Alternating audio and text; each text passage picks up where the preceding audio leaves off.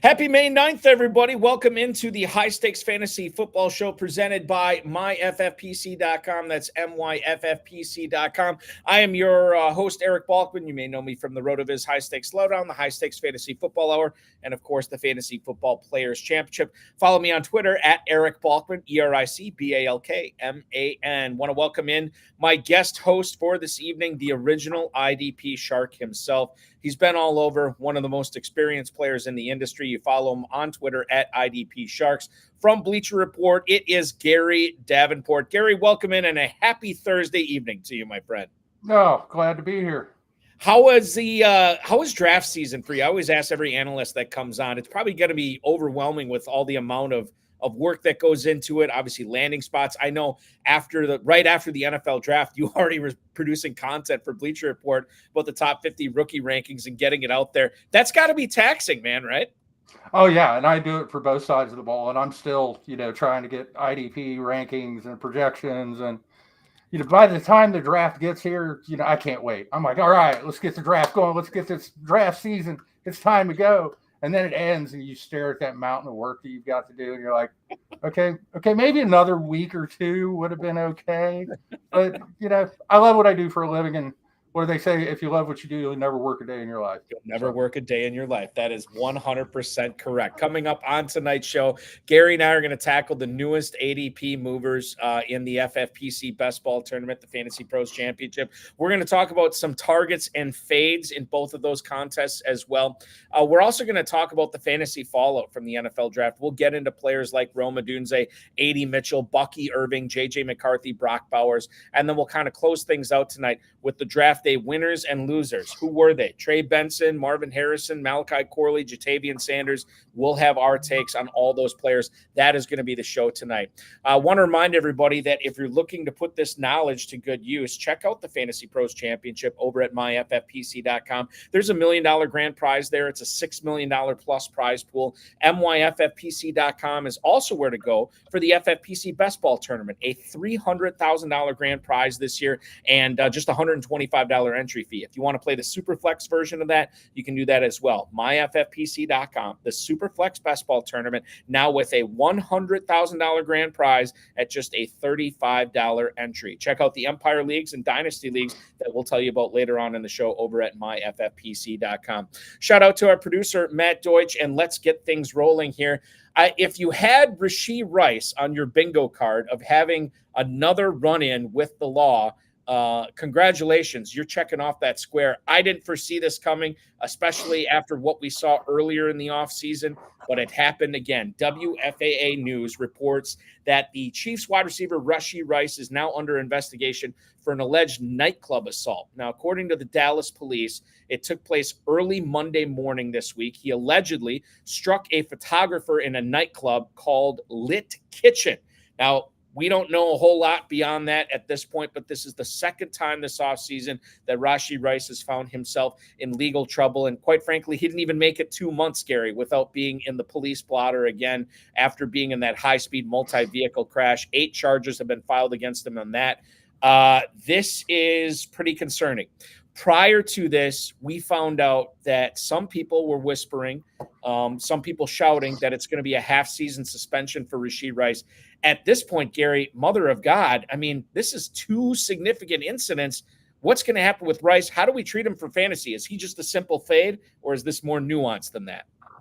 After the crash, I thought the immediate reaction was maybe a little bit overboard. The idea of him getting, 6 games, 8 games, because he did everything right at the beginning. He was apologetic. He said he would make restitution to the people who were injured in the crash. He was doing all the right things, saying all the right things. So while what he did was stupid, it wasn't, a lot of people were comparing it with Henry Ruggs, and it's just kind of apples and oranges. Mm-hmm. Now that the chucklehead has gone into a nightclub and allegedly thumped a photographer, I mean, we need to wait for the facts to come out with this assault thing. But if it does come out that he was involved with this on the heels of the multi-vehicle crash, then I absolutely think the 6 to 8 games is on the table. I was thinking before with the car crash that we would see, maybe a 6-game personal conduct suspension He appeals it down to 4 games. I was thinking 4. Now I think 6 to 8 could be the floor. And at that point, I mean, if you've got a guy who's going to miss 8 weeks, then yeah, he's a fade for me. I just don't see the point in drafting a guy, especially in best ball, who's not going to help you for half the year. He's just going to sit there and take up a roster spot. Well, let's look at the best ball ADP courtesy of Fantasy Mojo right now with the Chiefs wide receivers here.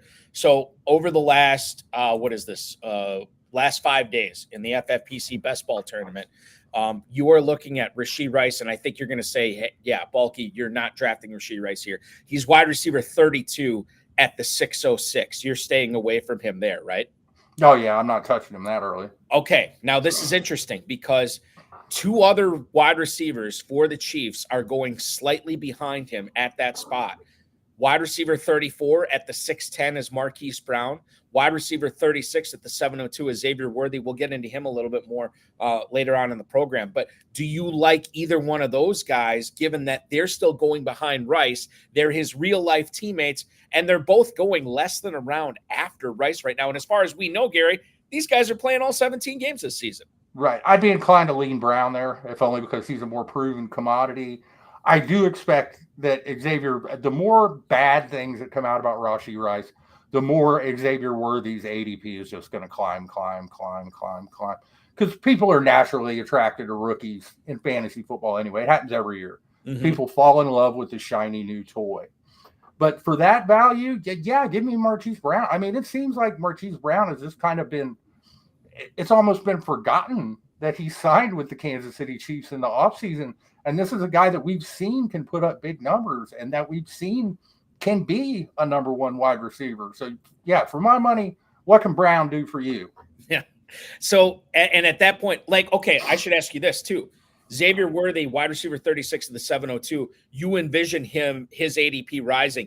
Is this the time to get him at the early 7th round? Because later on in drafting season, he'll be going at a non-palatable price.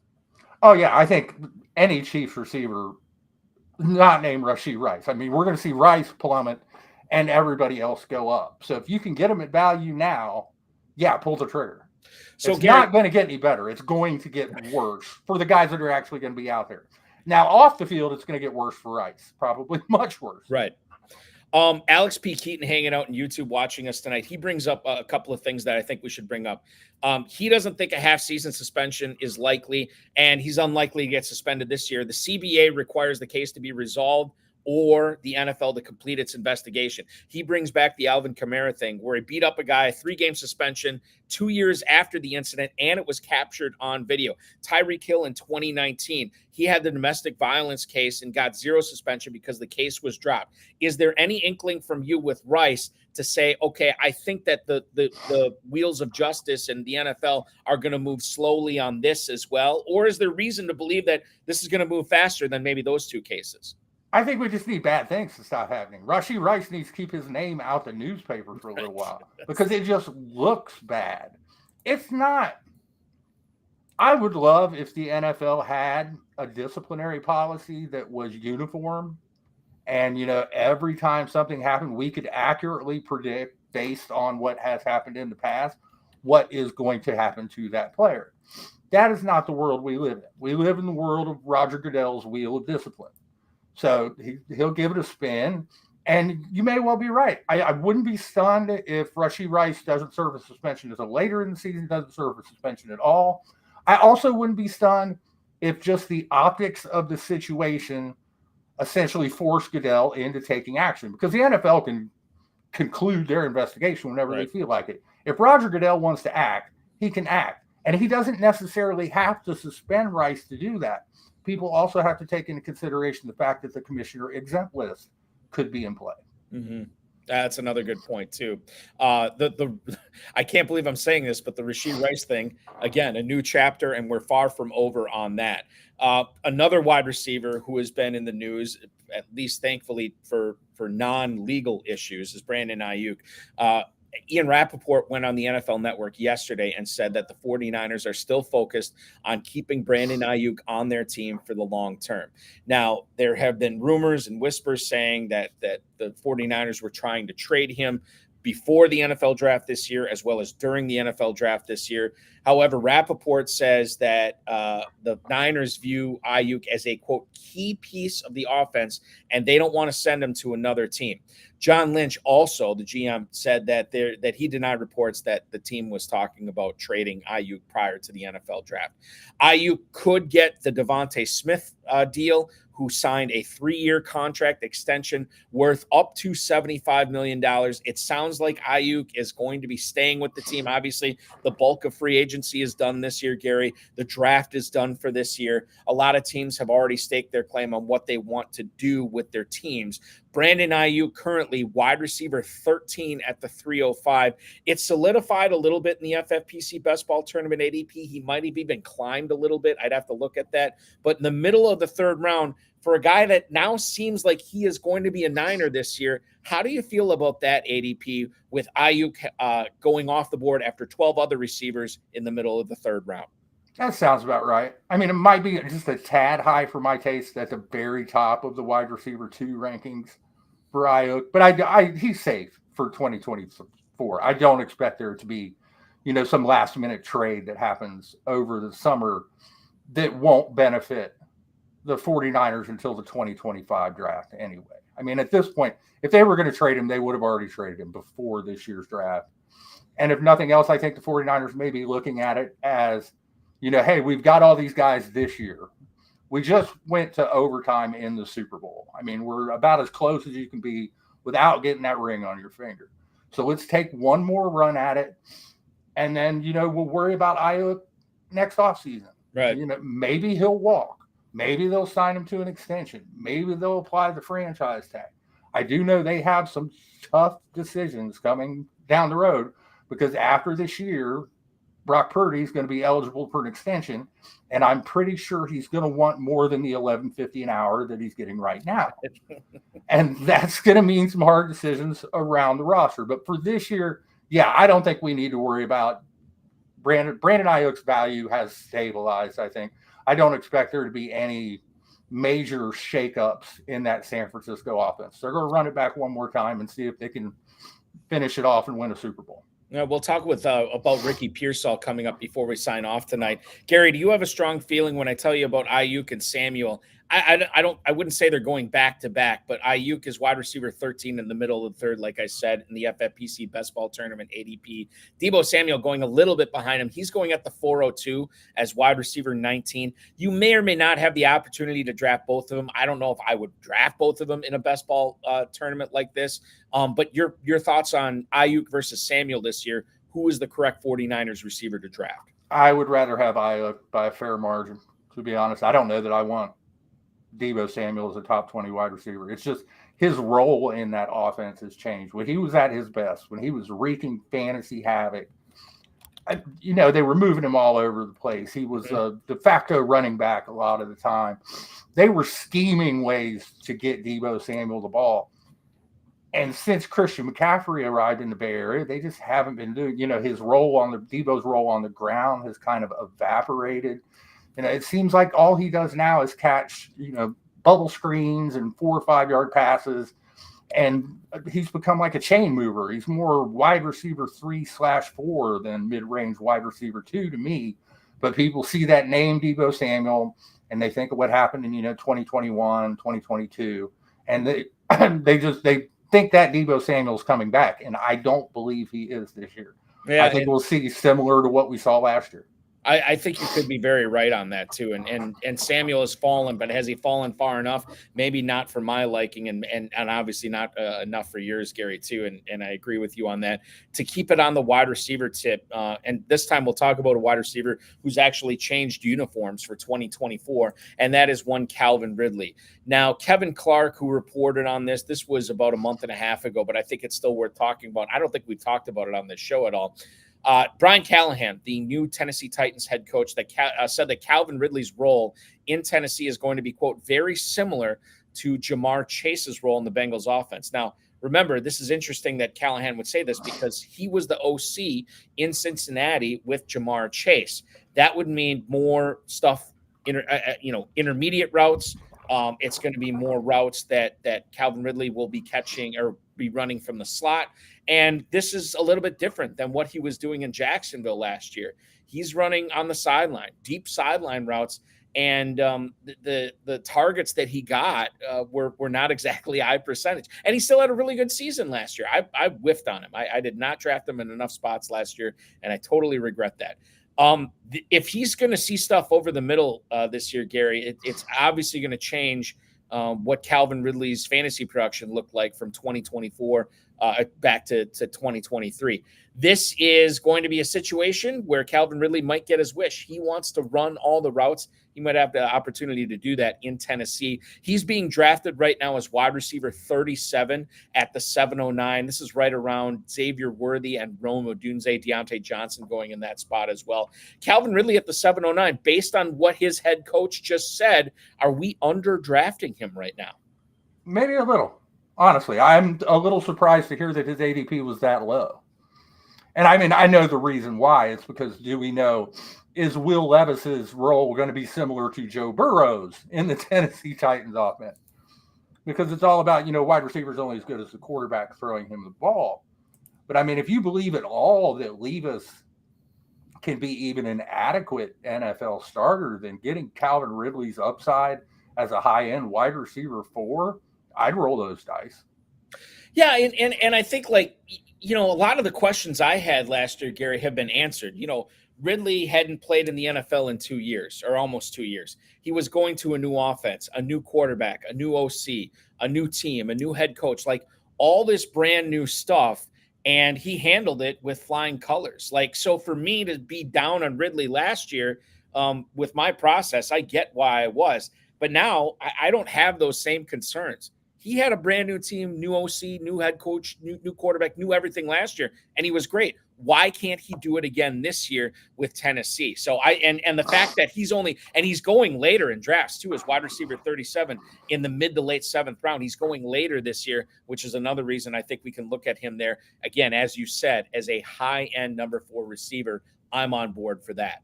Are you I believe, if I remember correctly, you are a Cleveland Browns fan, right? Sadly, yes. Sadly, yes. Okay, so let's get your opinion on this Jerry Jeudy deal. So Jerry Jeudy ends up getting traded from the Broncos to Cleveland this past offseason, and then it wasn't long after that Cleveland ends up signing him to this extension. $58 million is what it's worth up to. It's a 3-year extension, $41 million guaranteed, $14 million in average annual value. This is about the same as Tyler Lockett, Courtland Sutton, and Gabe Davis are making this year. The Browns gave up 5th and 6th round picks in this year's draft to acquire Jerry Jeudy, and now he will be catching passes opposite Amari Cooper from Deshaun Watson. I will let you answer this however you want. As a fantasy analyst, as a Cleveland Browns fan, how do you feel about the Jeudy extension with the Browns? I'm not crazy about the extension itself. I think maybe that might have been a little premature. The trade, 5th and 6th round pick, how can you go wrong? I mean, that's a bag of Funyuns and a 6-pack of old style. But I don't know that they needed to hand him the bag. The question in Cleveland is going to be quarterback. Again, we're back to quarterback play. Are we ever going to see a Deshaun Watson that looks anything like, 2020 Deshaun Watson? Because the Deshaun Watson we saw last year before he got hurt was not that guy. And we know that Amari Cooper is the unquestioned number 1 in that offense. David Njoku really came into his own last year, although a lot of that happened with Joe Flacco under center. So it's fair to question, how that might change with Watson. And we know that the Browns are a team that likes to run the ball. Mm-hmm. So, I mean, as a Browns fan, I like that the team has more passing game weapons. As a fantasy manager, I don't know that I'm running out there to add Jeudy. He'd be more of a late flyer. And that's the point, this is another guy, and quite frankly, I'm a little bit surprised to see, and I've never been a big Jeudy fan. However, I what does Matthew Berry always say? You don't hate players, you hate ADPs. I kind of like his ADP, wide receiver 59 at the 1306 right now. This is the neighborhood of Rashid Shaheed, Gabe Davis, A.D. Mitchell, Xavier Legette, Josh Downs, Jahan Dotson. I mean, you could make the case that Jeudy is right up there among all those guys with the highest ceiling and maybe the best opportunity to outperform all of them because of the untapped upside and the unknown that we have with him in a new offense there. But wide receiver 59 at the 1306, Gary, you're doing definitely more than one draft this year. You're probably going to get a few shares of Judy at that price, right? Oh yeah, because I mean you're not paying anything. If it doesn't pan out, what do you really lose? It's not like it's going to kill your season. I'll draft just about any wide receiver ahead of Jahan Dotson at this point. After last year, I can't. I don't even like to hear Jahan Dotson's name anymore. The Jahan Dotson thing was interesting as we followed it throughout drafting season with the FFPC. It kind of started with McLaurin up here and then Dotson down here. And then as we got through June, July, August, and then we get to September, and they're almost right next to each other in drafts where McLaurin was only a few picks on average ahead of Dotson. And obviously Dotson let a lot of people down. And that's another reason that we're seeing him slip now this year until the end of the 13th, the early 14th round. Permar99 hanging out on YouTube chimes in. Deshaun Watson stinks. Do we know he stinks? Have you given up hope on him yet, Gary, as a Browns fan? It's kind of a weird situation that he's been in the last 3 years in the league. What's your feeling on Watson heading into 2024? I'm not especially hopeful. I just don't. I mean, we haven't even really seen any kind of a sustained flash of that guy the Browns thought they were getting when they traded 3 first-round picks and gave him $230 million fully guaranteed.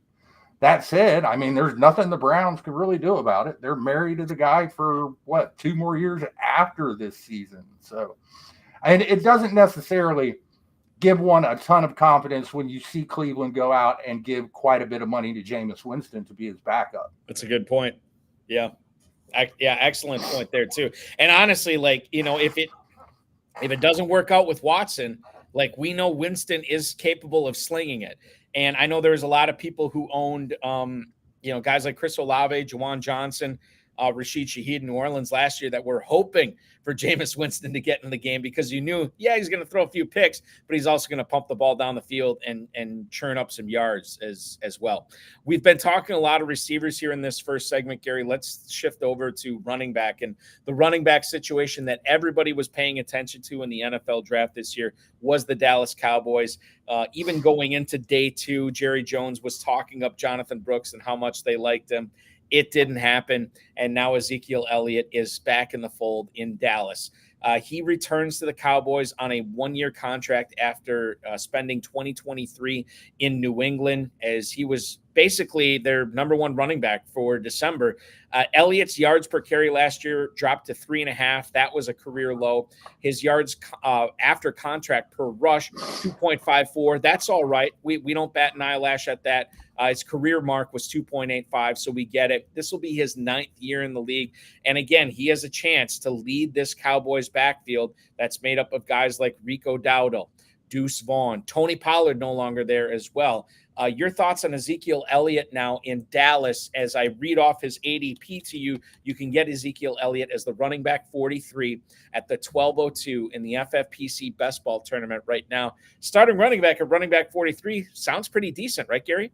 Yeah, I mean, I think you got to like a guy who could be a lead back that late in drafts, especially if you're the type of fantasy manager who likes to go, a little zero RB action and load up on wide receivers early. We're not going to get the old Ezekiel Elliott back. Those days are over. But part of his struggles last year, I think, can be attributed to the fact that New England's offensive line was terrible. I mean, it's one of the worst in the NFL. Dallas's isn't what it used to be when it was one of, if not the best offensive line in football, one of the top 2 or 3. It's not that good anymore, but it's still a step in the right direction from New England's. And like you said, you look at that depth chart in Dallas, and it's not exactly listed with a lot of names that you're worried are going to take a lot of touches away from Ezekiel Elliott. So, yeah, absolutely. If I can get him as an RB4, that there will be a lot of shares of Ezekiel Elliott and me trying to live in the past this year. Elliott going after Jerome Ford, Zach Charbonnet, Jalen Wright. He's going right ahead of his real-life teammate Rico Dowdle, and then Kendra Miller, J.K. Dobbins, and the rookie MarShawn Lloyd after that. We do have a question from YouTube. This is G6 watching us tonight. Gary wants to know, where are we pricing Tyjae Spears in full PPR? So in the FFPC best ball tournament, which is full PPR except for tight ends, which you will have the tight end premium scoring with 1.5 points per catch. Tyjae Spears right now is going as running back 33. He is behind Trey Benson and Austin Eckler. He's going right around the same spot as Brian Robinson and Devin Singletary. This is a guy who is going to be, hopefully, I guess, splitting time, if you're a Tyjae Spears owner, splitting time with Tony Pollard in Tennessee. Is it a 1A, 1B scenario? How do you feel about how the Titans are going to deploy their running back fantasy touches this year? That's the question. And whether that makes that RB33 ADP, decent value or an overpay or even an underpay, we just don't know, because it was a little bit easier to predict when the Titans had, you got Derrick Henry and Tyjae Spears. That's thunder and lightning. Mm-hmm. Easy enough to figure out.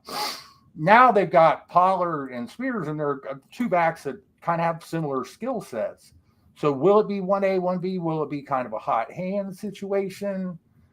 Could we see games? I that's my fear, is that we'll see games where Tyjae Spears will get 10 or 11 touches, and then the next week he'll disappear, right, and get 2 or 3, and it'll be a Pollard week. In best ball, that's not going to hurt you as much, but it is a situation. There's going to be quite a bit of risk in that Tennessee backfield, and you also have to take into account game script with the Titans this year, because I don't know that that's going to be a very good football team. So I could see them playing from behind a fair amount, and that might not necessarily mean as many touches for the running backs. Although it could mean, you got to love those fourth quarter garbage time dump offs to the back. Yes. And Will Levis might be able to do that.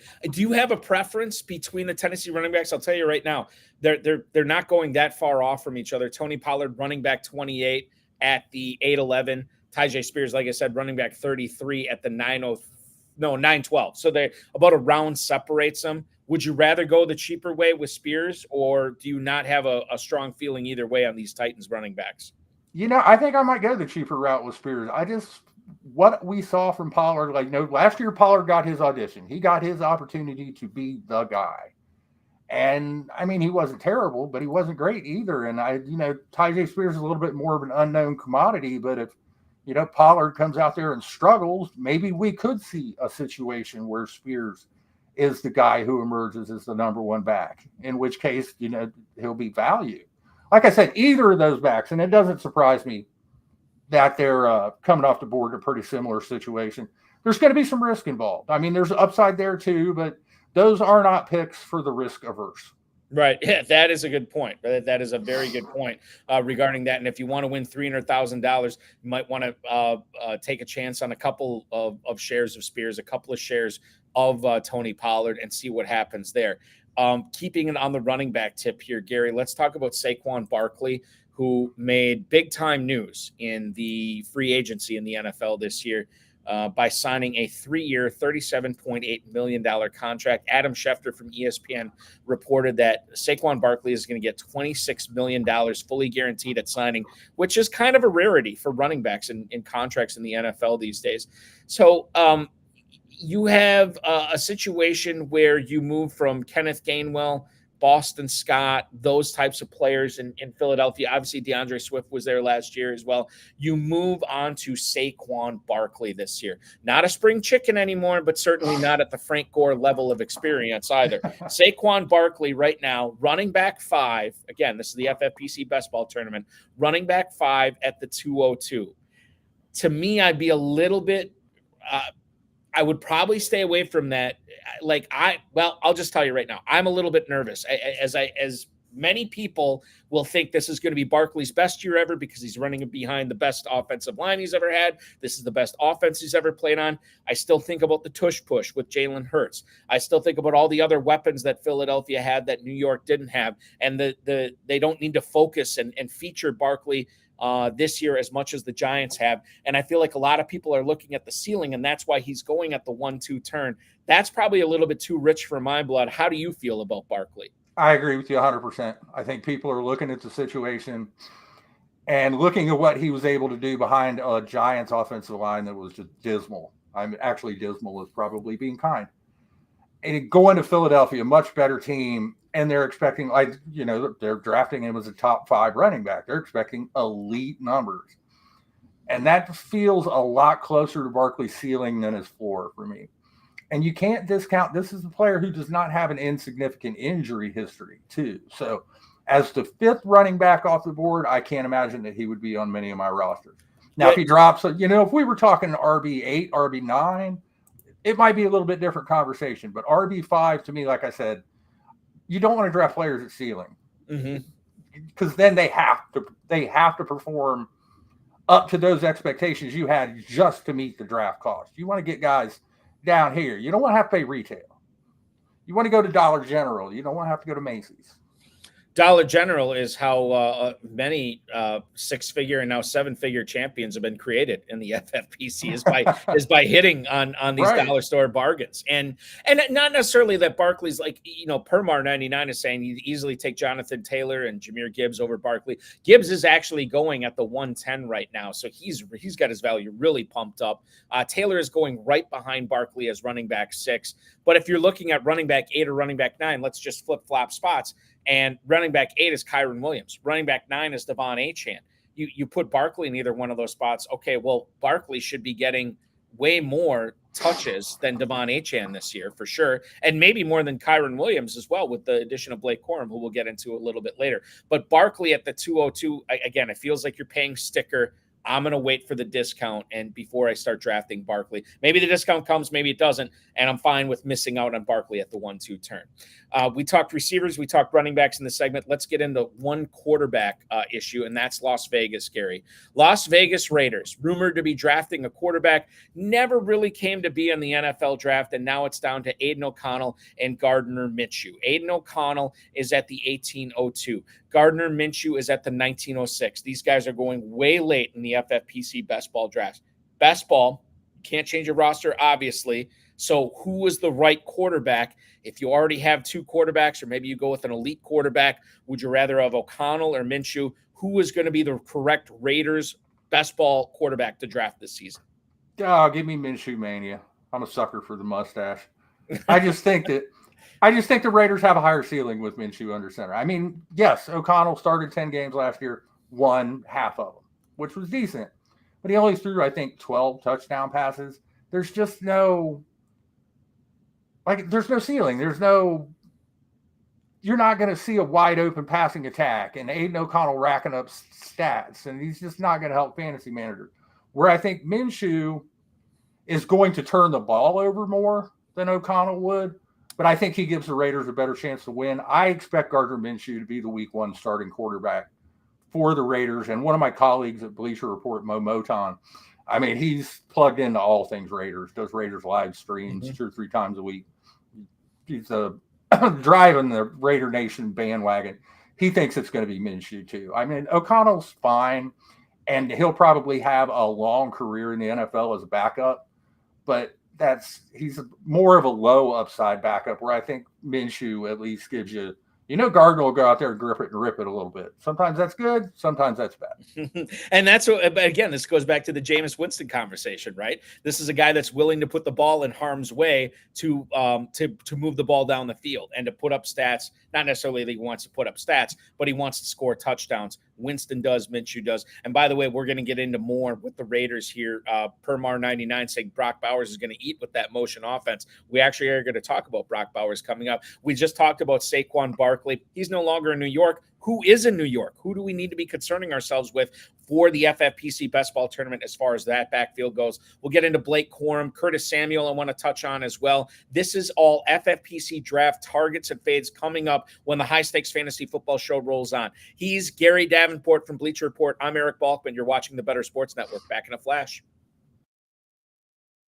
Is Dynasty. And the place to play is myffpc.com. Go to myffpc, use promo code COOP. They'll give you $25 when you deposit $35 or more. Now is the time to get in there and get set up with a startup draft.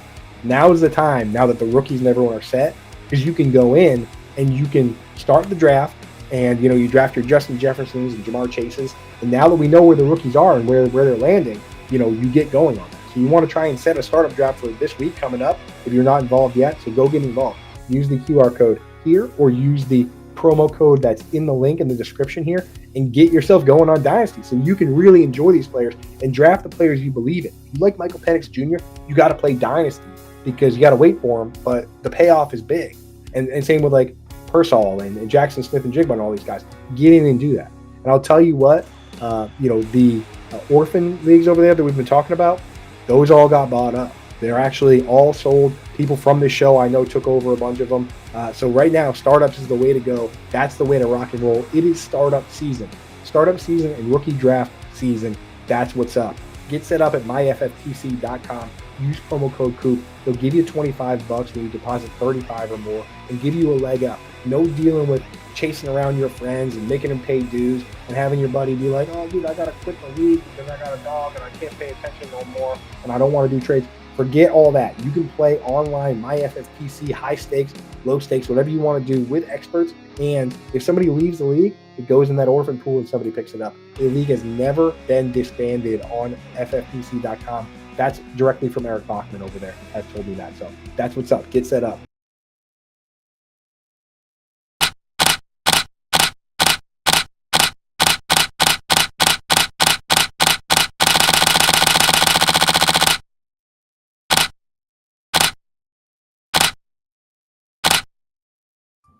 The 2024 FFPC Fantasy Pros Championship is live, featuring a $1 million grand prize and a $6 million prize pool. Just go to sign up at myffpc.com, myffpc.com. We got drafts starting up. I think we got 3 of them that have yet to go off tonight. I'll be commissioning 2 of them. So if you want to jump at the 10 o'clock or in the midnight, I'll be commissioning those drafts tonight. Check that out at myffpc.com. At IDP Sharks is Gary Davenport's handle on Twitter. He of Bleacher Report fame, and he is joining me here on the High Stakes Fantasy Football Show tonight, live on the Better Sports Network. We talked a lot about what's going on in the NFL, who's moving up, who's moving down.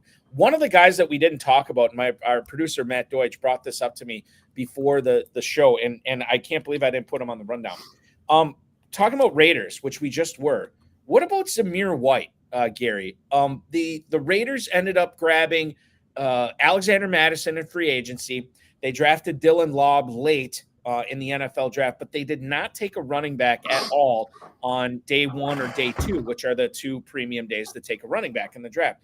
Zamir White in the FFPC Best Ball Tournament ADP, running back 21 at the 706. So he is being drafted as an RB2. Is that a person that you want to be in business with fantasy at that price this year? That would be a tough call. I think it would depend on what my roster looked like when I got to that point in the draft. I'm not going to lie. Madison makes me, Madison doesn't make me nervous because he's some fantastic talent. Madison makes me nervous because I worry about like short yardage carries and goal line and stuff. I mean, Zamir White did show some flashes last year. And, maybe the Raiders do look at him as a 3-down back. And Madison's just there to spell him. And Lobb, like you said, he's a day 3 guy. So it's not something I'd really get overly concerned about. I expect White's going to be a guy that we could see his ADP fluctuate quite a bit as we move. We get into OTAs and we get into training camp. And maybe we get a little bit better picture of what that Vegas offense is going to look like. Is it going to be a true timeshare in the backfield? Who's going to be that starting quarterback? Because that's going to affect game script and game planning and everything. So RB21, maybe a little high for my liking. But, once you get down lower into RB2 territory, you start running into guys where everyone has a question. Right. It's just a matter of finding that guy who it's a question you can live with. Is there as far as the quarterback question goes, is Aiden O'Connell or Gardner Minshew better for him? Would it be Minshew or O'Connell? Let's say you have Zamir White on one of your fantasy teams right now, who would you be rooting for to get that quarterback job, O'Connell or Minshew? On one hand, I can see O'Connell dumping the ball off more. On the other hand, I think Minshew gives the Raiders a better chance to win football games. And, when you're winning, the running back tends to get a little bit more work. So I'm going to stick with Minshew. But from a fantasy perspective with White, that's actually a pretty close call. It really is. Dom Gazzetti, who's chiming in on YouTube tonight, weeks 15 through 18 last year, running back 12, running back 12, running back 16, running back 20. And this was after, obviously, Josh Jacobs went down. So that, and he says Madison Schmadison, which is sort of at least my opinion as well, Gary, and I think you voiced that too. He does not scare us at all as far as Zamir White goes this year. Let's talk about, let's keep in the AFC and talk about another running back in Zach Moss, who was with the Indianapolis Colts last year. He now goes to the Cincinnati Bengals this year. No Joe Mixon. Joe Mixon is in Houston, obviously. You're looking at the quarterbacks, or excuse me, the running backs that are being drafted in the FFPC best ball tournament. There's only two of them. Zach Moss at running back 30 at the 903. Chase Brown is running back 36 at the 1006. Do you like Moss enough to take him basically a round and a half ahead of Chase Brown? I think I do. I think given what we saw from him in Indianapolis last year with Jonathan Taylor on the shelf, and the $64 question is, how much Chase Brown are we going to see this year? Is he going to be just a strict number 2 passing down type of guy? Or is it going to be, some kind of 55-45, 60-40 split between him and Moss? But, I think Moss has the potential to be a decent RB2 this year. And I know people say Moss can't catch the ball, but he's another one of those running backs that it's not so much a matter that I know of that he can't catch the ball. It's just they never really throw it to him. I can remember a time when people said Ezekiel Elliott couldn't catch the ball out of the backfield right up until he caught, I think it was 74 passes. Right. Yes. So, yeah, I like Zach. I like Zach Moss at that price point better than I like Zamir White at his. I'll put it that way. And the offenses too. I mean, we could look at, we'll talk about Joe Burrow later, but the Cincinnati Bengals offense to me is significantly better than the Las Vegas Raiders offense. And I always bring up too, Joe Del Zanero, the Baker boy, a longtime FFPC high stakes player. And you talk about players like what we're talking about with the Raiders offense and the Bengals offense. You talk about a player like Zamir White, and you're like, well, he plays on a team that doesn't score touchdowns. Why would you want to draft him? And Zach Moss could be the lead back on a team that should score a lot of touchdowns this year as well. So there's something that we'll be following closely as we move throughout draft season. Dom Gazzetti says he loves Zach Moss where he's going right now. Okay, the Blake Corum situation. Blake Corum was drafted at 83rd overall in the NFL draft this past year. Corum was the 3rd running back off the board. Again, not a really strong running back class. Corum 5'8", 205. He had 4.7 yards per carry. That was the lowest of the 40 rushers in college football that got over 1,000 yards. He had the lowest broken tackle rate among the 35 highest usage backs. Doesn't seem like he's all that explosive. It does seem like he's pretty strong, especially for his size. He stays low to the ground when he runs, and pass catching, I don't know. The Michigan Wolverines didn't have to throw it. They didn't throw it a whole lot, given that they were just destroying teams most of the time last season. Your thoughts on Blake Corum, and I'll get it. I guess I'll ask you how this affects Kyren Williams as well. Kyren Williams is still being drafted by FFPC players right now as running back 8 at the 210. Blake Corum, he's not going till running back 39. That's in the early 11th round. Quite a disparity here. I think these guys get closer as we move throughout drafting season, Gary, but the Rams backfield is certainly one we need to get right this year for fantasy. Yeah, I almost felt the moment that Blake Corum was drafted, I felt like Sean McVay was just trolling fantasy managers, especially those in dynasty formats who have Kyren Williams on their roster. They thought they'd found this diamond last year that helped lead them into the playoffs and maybe even to a championship. And now they're like, okay, well, that was fun. One whole year. I don't know. I mean, I honestly don't. I don't know that I would be comfortable drafting Kyren Williams now as a top 10 running back, if only because we've kind of seen this movie with Sean McVay before, and he's never been one to express a whole lot of loyalty where his running backs are concerned. I mean, Kyren Williams, I don't know that it's going to be a timeshare to open the season, but it could also take, about the time Kyren Williams has a game where he has 22 carries for 54 yards and the Rams lose by 20, all of a sudden next week we're seeing Blake Corum more of the time. And I noticed one of the folks on the board popped in and said Corum will take over by week 5. That wouldn't stun me. That's the problem. So it makes me nervous about Kyren Williams. I wouldn't be surprised if Williams is the lead back the whole season either. Because like you said, Corum is not especially explosive. He's not especially fast. You know, he kind of thrived on volume and scoring touchdowns last year at Michigan. And you know, he's not going to score 20. If he scores 27 touchdowns for the Rams this year, then the Rams are having a good season, and there's going to be some very happy fantasy managers. So I'm not freaking out where Kyren Williams is concerned, but there is concern there, and I think there's enough concern to knock him into higher-end RB2 territory for me. Does that sound right? Mid-11th, early 11th for Blake Corum? Is that the spot that you'd be taking him? Or you know, I think if you can get him that late, then you might as well. I mean, that's the kind of dice roll that if you're going to roll the dice on a guy that has a chance to pay off big. I mean, don't roll them on a guy where the ceiling is RB 28, 29, a guy that you'll only use in bye weeks. Whereas if Corum does take that job and you're getting him in round 11, like you said, that's the kind of thing wins people money. I think the other thing too is when you talk about the draft capital, not necessarily NFL draft capital, because Blake Corum has a lot more of it than Kyren Williams, but fantasy draft capital. I mean, you want Kyren Williams on your team, that's fine, but you're soaking a late second round pick into invest in getting that fantasy production. Blake Corum, it's the 11th round, and if he's out there, why not at that point? Especially if, you know, a lot of these people who are going 0 RB or loading up on receivers, tight ends, or maybe a quarterback or whatever, and they have to take chances at running back. Blake Corum is a perfect running back to take a chance on in the 11th round, or maybe even a little bit earlier than that too, as we move forward. Exactly. Now, other running backs that I think are going later, and this is sort of what happened when Saquon Barkley left New York. You have a huge hole, a huge chasm of touches and catches in this Giants backfield. How are they going to be soaked up? Well, currently, Devin Singletary is the highest one drafted at running back 35 at the 10:05.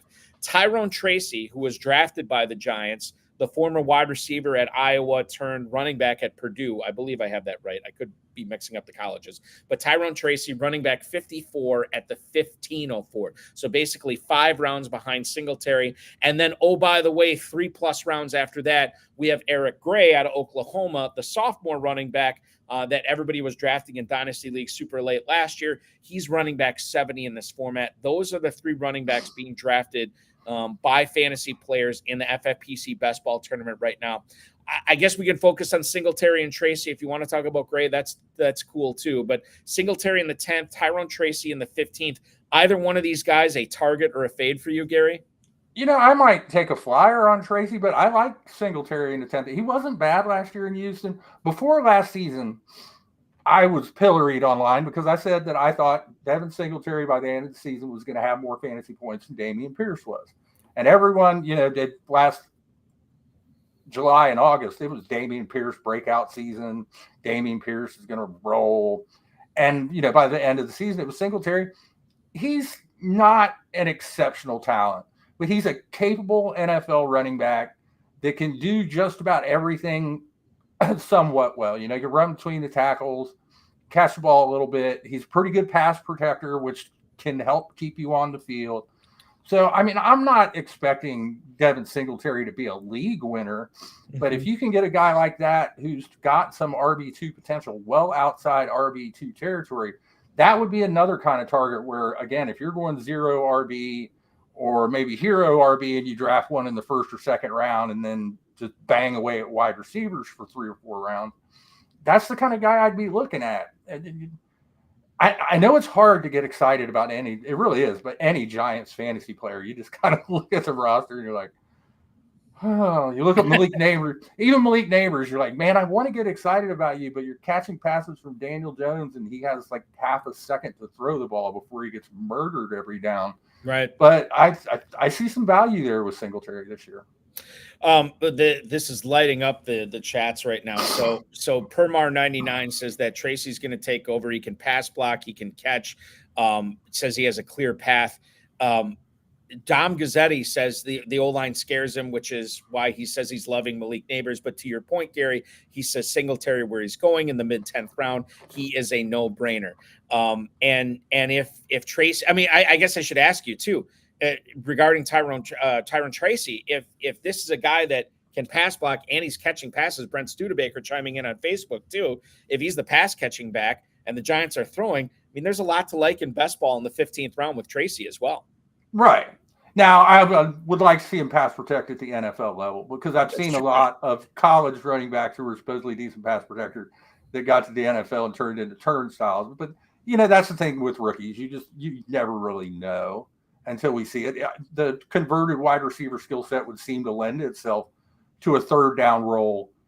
And at the very least, kind of the ability to spell Singletary. But of the two, Singletary is the guy I'm more targeting. Not that I wouldn't target, because by the time you get to the 15, 16 round, everyone's just throwing darts anyway. Right. So if you see some upside with a guy, take him. And that's how leagues are won. We see it time and time again. A lot of people who did that use that process, not necessarily running back, but receiver last year with Puka Nacua, and look how that paid off. I'm not saying it's going to pay off that way with Tracy, but it certainly could pay off at least in some respect. One of the players that is sneaking up in my Dynasty rookie drafts that I'm doing over the past week plus, Gary, is Kimani Vidal, who was drafted 181st overall in the 2024 draft by the Los Angeles Chargers. He's 5'8", 213. In his college career, in his first 2 years, he caught 48 passes. Now, this is Troy. This is not, Georgia or USC or Michigan or anything like that. But for Troy, 1,100 plus yards and 10 scores in his junior year. Then 1,600 plus yards, 14 touchdowns as a senior. Pro Football Focus said he had 94 broken tackles, 47 carries of 10 plus yards. That's second and first, respectively, among all FBS running backs. 4.46 40, again, at 213 pounds, 8.81 relative athletic score. It seems like he could be a 3-down guy. He's joining the ex-Baltimore Ravens backfield now in Los Angeles with Gus Edwards and J.K. Dobbins. He is clearly running behind those guys right now, but there's a non-zero chance that he could be taking touches away from those players and maybe even being the lead back by the end of the season. Kimani Vidal, draft target, draft fade for you in FFPC drafts this year. He's a guy I'm going to be targeting late because I'm not doing J.K. Dobbins this year. I'm not going to do it. This is the year that I finally put J.K. Dobbins down. I'm not falling for it again. I feel like Charlie Brown running to kick the football, and J.K. Dobbins is Lucy, just pulling it away every summer. Just as I get up there, I land flat on my back and wind up with a wasted draft pick. Now, by July, I'll have 4 shares of Dobbins because I can't help myself. But like you said, Vidal is a talented kid, and Gus Edwards. I mean, I know Gus Edwards scored a ton of touchdowns last year, but he averaged 4 yards a carry, just under, just over. He's just not that impressive a talent, in my opinion. And I think if Vidal can get out there and show what he can do, and he can show the kind of explosiveness that he showed in college for the Chargers, that Harbaugh's not going to hesitate to put him out there in front of Edwards. Harbaugh's going to put the guy out there once that will help him win. And there's going to be, so long as the Chargers can stay in the games, there's going to be a lot of running. Harbaugh loves to run the ball. So, yeah, Vidal is one of my favorite rookie running backs, especially, relative to where he's being drafted, because he's free for all intents and purposes. And for all intents and purposes, he is. He's running back 52 at the 1408 in the FFPC best ball tournament right now. For context's sake, that is Tyler Algier, Tyrone Tracy, territory, Bucky Irving also going around there as well. That's where Vidal is running back 52. Dom Gazzetti also says, I'm with you, Gary. JK is not JKing me anymore. Rubio says he's giving him 1 more year. And as a guy who's been burned by Dobbins several times, Rubio, it's going to hurt. It probably is going to hurt. I am staying away. Gary and I are going to save ourselves the hurt from J.K. Dobbins this year. Let's shift to receiver here. And obviously big news, not only with the Stephon Diggs trade shaking up the Houston wide receiver room, but Tank Dell also got shot recently. And by all intents and purposes, I believe the last thing I read from D'Amico Ryans was that he was going to be recovered fully in time. Or Cal McNair actually was saying this, recovered fully in time, for the start of the season. It was a minor gunshot wound. This happened in April. He actually broke his leg, if we remember last year, on that play close to the goal line. That happened in week 13. But this is health-wise, Tank Dell should be on board with a full workload right away. However, how big is that workload going to be when you are not only sharing a wide receiver core with Stephon Diggs, but don't forget about Nico Collins as well. Tank Dell, wide receiver 29 at the 601, Gary. He's essentially the third wide receiver option, at least on this team, maybe fourth passing, the fourth option in the passing offense. 601 seems a little rich. How do you feel about him? Yeah, he's going to have to fall quite a bit farther than that for me to consider. Like you said, he's probably the third option in that passing game behind Collins. Stephon Diggs is going to want his targets. And if he doesn't get them, Stephon Diggs is going to say, I want my targets. I'm not getting them. He's not shy. And you also have to take into consideration that, you've got Dalton Schultz involved. So you've got, 4 viable pass catchers. Never mind Joe Mixon now catching the ball out of the backfield. I mean, that offense, it's great for C.J. Stroud to have all these weapons. And that's why so many people are jazzed about the Texans as a team this year. But there's only so many targets to go around. And I don't see, given the current situation, I mean, Dell's going to have to be ridiculously efficient on a per target basis to be a top 30 wide receiver. I just don't see it happening. The other guys too, as I look at Tank Dell's ADP at that early 6th round spot, Amari Cooper, Christian Kirk, George Pickens, Keenan Allen, those are all the players, Cooper Kupp, that are all going around him in drafts. So I would take all those guys ahead of him. And that's what I'm saying. Like, he's an easy fade at that point. I think Permar, obviously, he said that he's an obvious fade as well.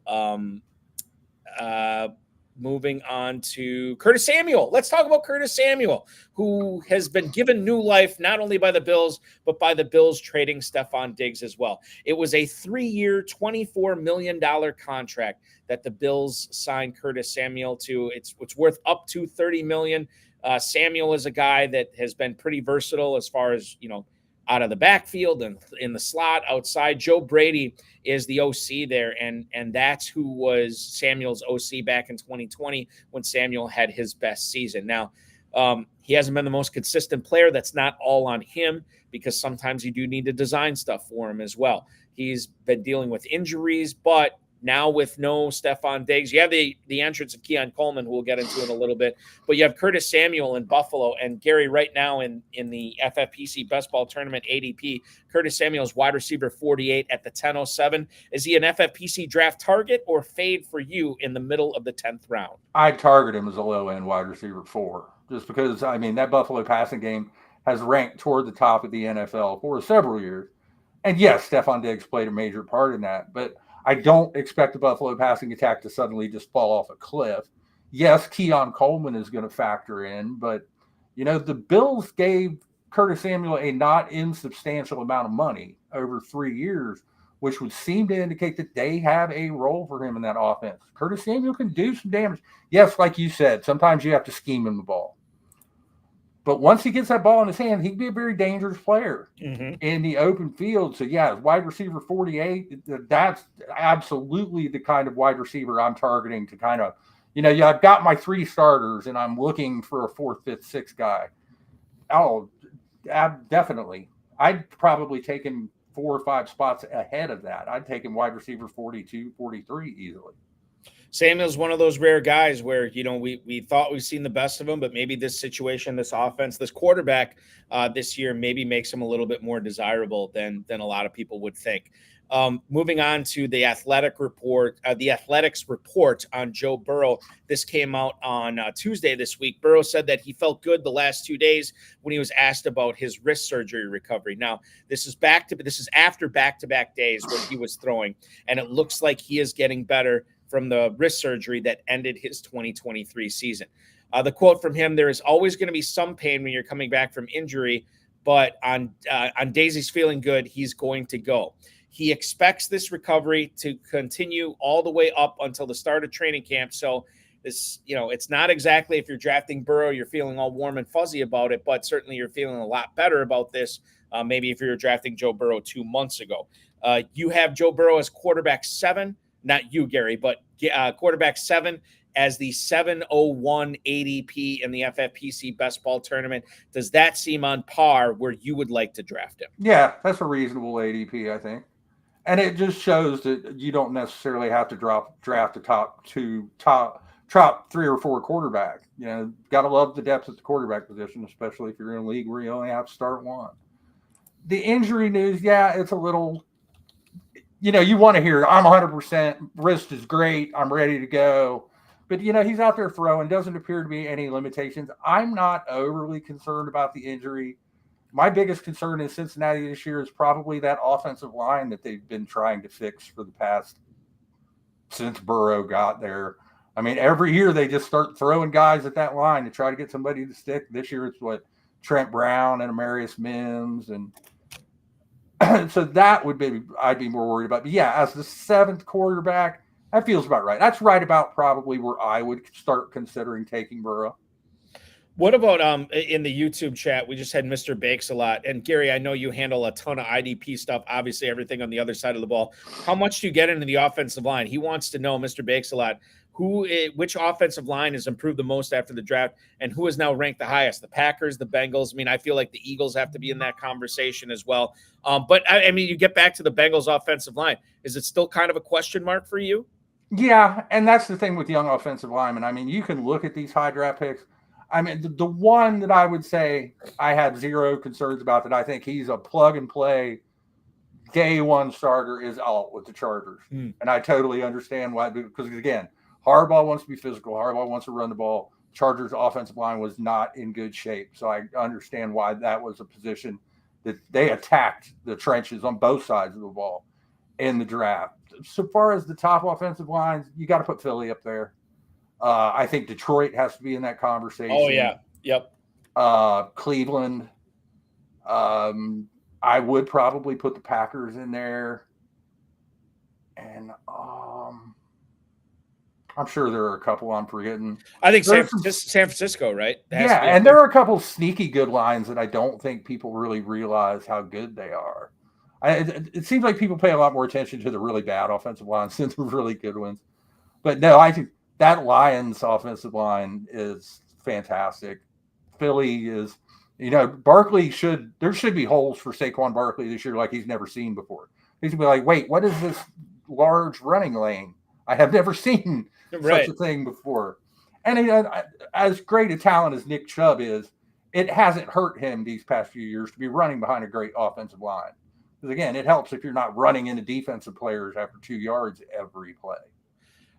What about a quarterback that I know you wrote about for Bleacher Report, and I want to talk to you about Jared Goff here. He's quarterback 12, going right ahead of Caleb Williams, going right behind Brock Purdy at the 908 in the draft in the FFPC best ball tournament right now.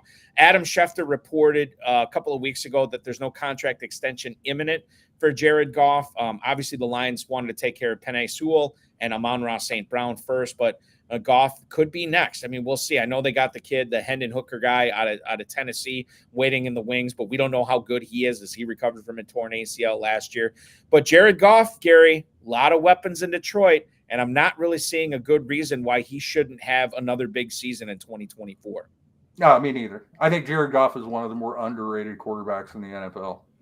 I think that people, because the Rams did what they did, and, not only traded him, but gave up multiple first-round picks so that they could get Matthew Stafford. I mean, you look back at that deal, the Lions made out. I mean, to be able to get a quality starter at quarterback and multiple first-round picks, yes, it cost you Matthew Stafford, but I don't know that the Lions are, we've seen the Lions with Matthew Stafford for a decade, and they weren't getting any closer to the Super Bowl. You look, like you said, the weapons in Detroit, Amon-Ra St. Brown, Sam Laporta was fantastic last year at tight end. You got the running back duo. You got, heaven forbid Jamison Williams ever starts to really come into his own and starts taking the top off the defenses. It's all there. I love I like Goff as a low-end weekly starter. I don't know that he's a guy I would want to roll out every week, regardless of matchup. But if you're a platoon type of person, if you want to wait in a best ball league and draft a quarterback, say take the 10th and 12th quarterback or the 12th and 14th quarterback, kind of back, almost not necessarily back-to-back rounds, but back-to-back quarterback, then yeah, I think he's a guy with some real upside there. And I think there's a better than average chance that he outperforms that draft slot. One other thing I wanted to bring up here as we move on from the Jared Goff discussion is Famous Jay's question on YouTube. He wants to know, Gary, a couple of rookie defenders you're excited about. Dom Gazzetti wants to know, too. You are the IDP maven. I'll give you the floor here. The rookies in the NFL draft this year that you're excited about drafting in IDP leagues. Oh, there are a few. Junior Colson, drafted by the Los Angeles Chargers, knows that Michigan, because essentially they're going to run Michigan's defense in Los Angeles this year, right. Knows the scheme. There's not a lot of talent at linebacker on that team. I see him as the green dot starter off the bat, every down linebacker from day one. I really love Peyton Turner in Pittsburgh. Were it not for all the medical concerns with Peyton Turner, the multiple injuries, the fact that he doesn't have an ACL in one knee anymore, he probably would have been the first linebacker drafted. I don't know how many years we're going to get out of Peyton Turner. This is Peyton Wilson, right? Peyton, okay. I just want to make sure. I'm not as well versed in IDP as you are, so I want to make sure. God, this sounds a lot like Peyton Wilson, but okay, yeah, I could be. No, but I mean, you're right with the injuries too. I mean, and I feel like Gary. Correct me if I'm wrong. I feel like he was pretty healthy the last 2 years of college, right? Oh yeah, and there's nothing he doesn't do well. He's got the range, great instincts. Was productive at North Carolina State. Like I said, I don't know. I know that a lot of NFL teams were calling him "quote unquote" a one contract player. But, from a fantasy perspective, if I get 4 years of great play out of him, okay, I'm fine with that. So, I mean, Colson, Wilson, Edgerrin Cooper's probably going to be that was the next guy I was going to ask you about him as well. I think Mel Kiper Jr. thought he had a good chance at winning Defensive Rookie of the Year this year. Yeah, I think all three of those linebackers are guys that you can see make an immediate impact. There may be a couple others that rise up. The edge rushers, it's kind of hard for rookie edge rushers to make a big IDP impact because a lot of times it takes, even really talented edge rush prospects, it takes them a little while to acclimate to the NFL because a lot of times, they've got this one move that they use in college over and over and over again and it works. And then they get to the NFL and they try it and it doesn't. So, I mean, I would love guys like Dallas Turner and Lautau, but I think there you're looking more low-end second starter, more toward 2025. This is going to be a good transition. We handled some of the defenders in the NFL draft this year. When we come back from break, let's talk about some of the offensive players. Odunze, Keon, Coleman, A.D. Mitchell. That'll lead things off when we come back. Gary Davenport from Bleacher Report at IDP Sharks on Twitter. I'm at Eric Balkman on Twitter from the FFPC. This is the High Stakes Fantasy Football Show on the Better Sports Network. Is Dynasty.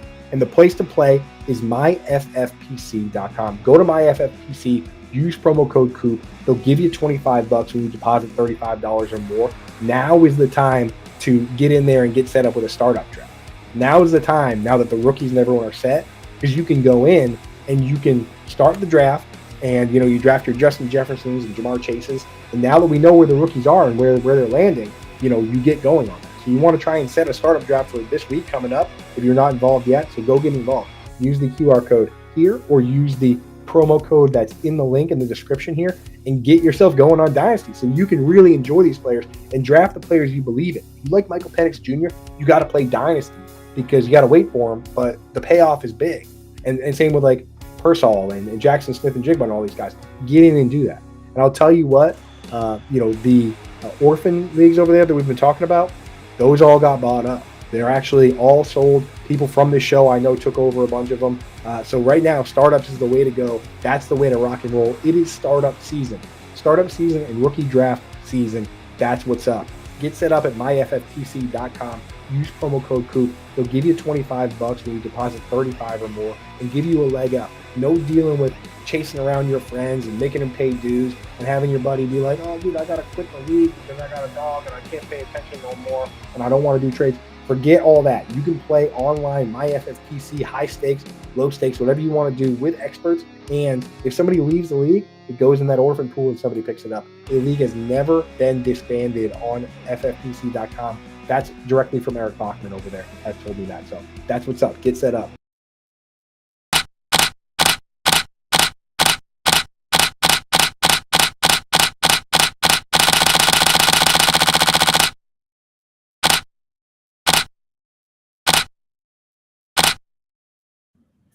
FFPC Empire Leagues have arrived with the Fantasy Football Players Championship. Dynasty Leagues with a large progressive prize pool that grows yearly and is only awarded once there is a back-to-back winner. That is available for you to register for at myffpc.com. When there is a back-to-back winner, the prize pool is awarded to that year's champion, and the league disbands. Everybody gets their deposits back, and you join another Empire League. If you want to do that, feel free to do so at myffpc.com. That's myffpc.com. Gary Davenport, the IDP Shark himself at IDP Sharks on Twitter. From Bleacher Report, I'm Eric Balkman from the FFPC.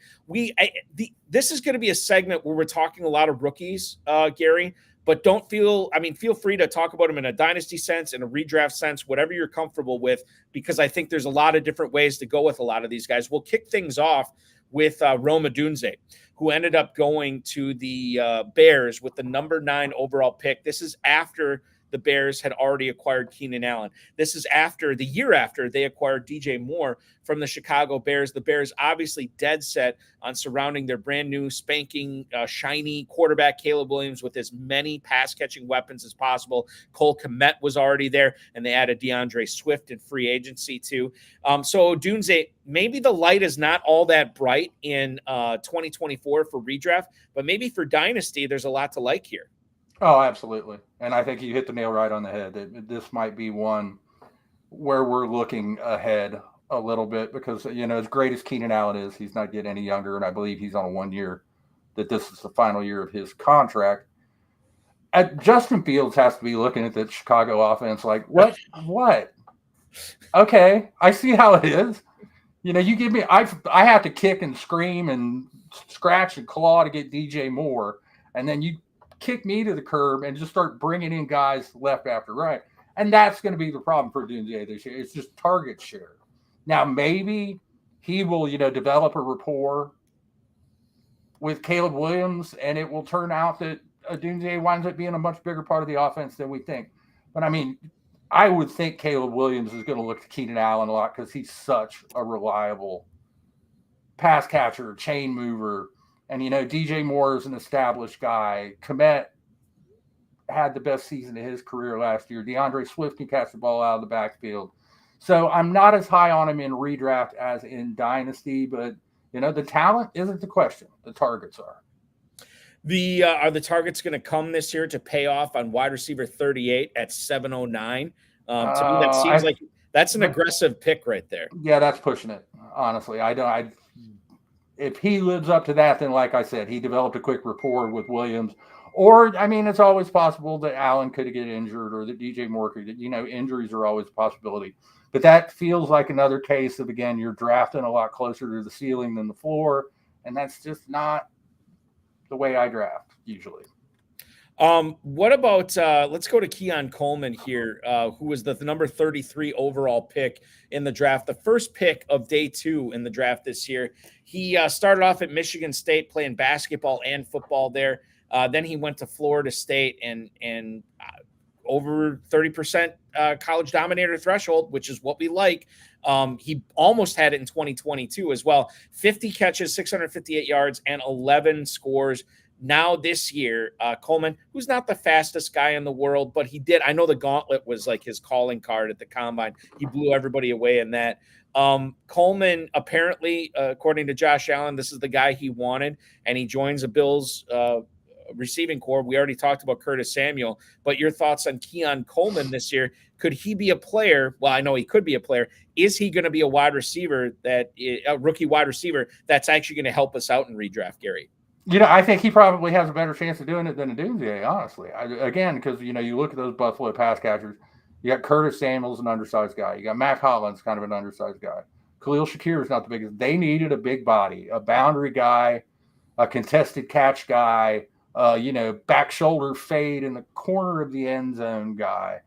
And, you hear Josh Allen say, this is the wide receiver I wanted. And that Bills passing, I don't expect that Bills passing attack to fall apart just because Stephon Diggs is gone. And I believe that Brandon Beane feels the same way, or he wouldn't have traded Stephon Diggs to begin with. So I wouldn't be stunned to see Keon Coleman.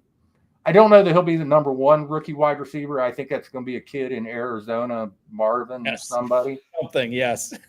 He's going to be up there, I think. I think he's going to finish ahead of multiple receivers that were drafted ahead of him. Dom Gazzetti said, is Keon Coleman the one that was already making waves with his press conferences? I will say this, FFPC co-founder Dave Gerzak showed me the press conference for both Keon Coleman and Xavier Legette. They're both total money. I loved watching them. So check that out if you haven't seen it. It's fantastic.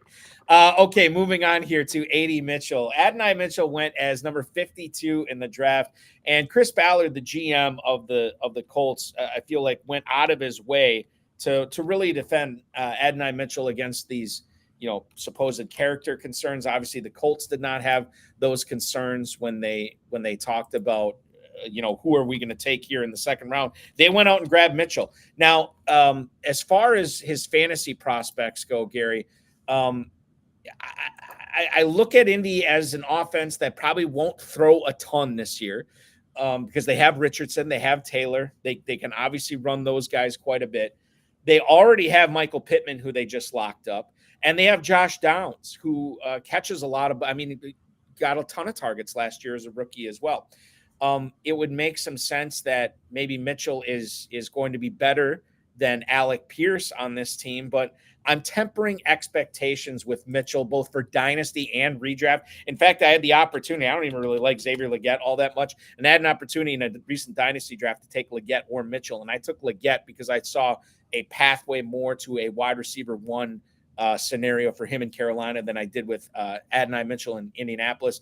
Redraft leagues, FFPC best ball, wide receiver 58 at the 1304. Your thoughts on Mitchell, the Colts second round pick this year? Well, once you get to wide receiver 58, there's really no risk involved. But I think you're right. We need to temper expectations. It wasn't a terrible landing spot, but it certainly wasn't the most advantageous one. I've already got a couple dynasty shares of Mitchell, but that's just because he's fallen, kind of farther than I expected to. And compared to the other receivers that was on the list, it was a fairly easy decision for me. But I don't know that I expect to be rolling Mitchell out in my starting lineup a lot this year. It's a guy that if there is going to be an impact, and that's something you don't want to hear. You don't want to hear that if there's going to be an impact. You want to hear when. Mm-hmm. That, okay, 2025, this guy's going to be a force. I don't know that we can say that about Mitchell, but there is some upside there. There was Spencer Morrow was hanging out in the YouTube chat, and he had a trade question here. He has the first two picks and the first pick of the second round of a 1 QB. This is full PPR. It's a 10-man. He plans on taking Marvin Harrison and Malik Neighbors. However, he's entertaining the possibility that he trades down 2 spots, gives up Neighbors, gets the 104 and the 107. And then that way he could get Odunze, he could get Jonathan Brooks, Xavier Worthy, Ladd McConkey, Keon Coleman. He could get 2 of those guys. This kind of boils down to how you feel about Neighbors for Dynasty. I'm always of the opinion, elite talent over everything else. I would stand pat and draft Harrison and Neighbors, but maybe you feel differently, Gary. Yeah, I just don't know. As much as I like the idea of that 2-for-1, that 104 and that 1.07, like you said, you have a chance to get the 2 best wide receivers in the draft. And there were plenty of draftniks and analysts who thought that Neighbors was actually a superior prospect. It's true. To Marvin Harrison Jr. So, I think both those guys, we just about all believe are going to be excellent professional wide receivers. And, if you can get 2, there's no such thing as a slam dunk. Something can always happen. But these are pretty close to a slam dunk. The ball is going up above the rim, and the guy is about to come down with it in a dunking motion. So, yeah, I'd go ahead and stand pat and just take those guys and know that your wide receiver core is going to be loaded. I think it will be stacked. And that's, I mean, how fun is that going to be to play that Dynasty League going forward with Harrison and Neighbors, for the next 7, 8, 9 years? Marvin Harrison is going to be Marvin Harrison was an NFL wide receiver last year. Yeah. Oh, he totally was. And now he gets the opportunity to catch from a competent quarterback too, which we always love to see, a wide receiver. And there is no question who the number one wide receiver is going to be on that team. It's another great point. Regarding a wide receiver that I would say up until like a week or two, I mean, as close as a week or two coming into the NFL draft, I heard that Troy Franklin might still end up going as a back end, like a late first round, early second round pick. Didn't happen. He didn't go until the third round, the 102. And he ends up going to Denver at least, so he gets to reunite with his old college quarterback there in Bo Nix. He's 6'2", 176, not exactly a thick wide receiver, but he was awesome for Oregon last year. 4'4", 140. However, you would think with a guy as slight as he is, Xavier Worthy is not exactly a thick individual as well. And he ran a really fast 40, 4.41. You're kind of hoping for better for Troy Franklin. However, if we look at the tape, 81 catches, just under 1,400 yards and 14 touchdowns last year. This guy gets deep. He could cannibalize Marvin Mims' production on Denver a little bit this year. But Troy Franklin, now again, and this can't be underrated, catching balls from Bo Nix for a second straight year. How do you feel about Troy Franklin this year? You just mentioned the thing that really appeals to me is that he's got that built-in rapport with Bo Nix. So, I think we all expect Bo Nix is probably going to be under center for the Broncos in week 1. He's got that guy, if play starts to break down, Cortland Sutton isn't necessarily going to be the first guy he's going to look to. If his boy from college is out there, he might start looking that way, and that could mean a bump in production. I don't love Franklin arriving in Denver for Marvin Mims. I kind of expect Sutton will be okay. I'm not super excited about any of the Denver wide receivers. It's only because, to be honest, I'm not super excited about Nix. But it seems like we say this every year now. This class was deep at wide receiver. I mean, it feels like every year we're talking about wide receivers are being drafted in the 4th, 5th round that we're like, this guy could really make an impact as a rookie. So it's a good time to be a wide receiver. Not so much running backs, though. Yeah, no, not so much running backs. And speaking of running backs, I know this is a guy that I don't think you're very high on. He ends up going to Arizona like Marvin Harrison. It's Trey Benson. Number 66 overall, was the former Oregon Duck turned Florida State Seminole. He's going right now running back 31 at the 904. This is Zach Moss, Austin Eckler territory for Benson. Bear in mind, 6 foot, 216 pounds. He tore his ACL in 2020 as a freshman when he was redshirting. And then the following year, he basically never got into the game. In 2022, 6.4 yards per carry, missed a lot of tackles. And then 2023, obviously had a banner year behind a really good offensive line for Florida State. He never really was a 3-down guy where he was, touching the ball 20, 25 times a game there. In fact, he only touched the ball, or he only had 20 carries in one game in Florida State. However, there's some breakaway ability here. Can you tell us why we need to exercise caution before we click draft player on Trey Benson this year? And that's the thing this year. The offensive line in Arizona is not especially good. I don't expect the Arizona Cardinals to be especially good as a team. So, again, you start talking about negative game scripts.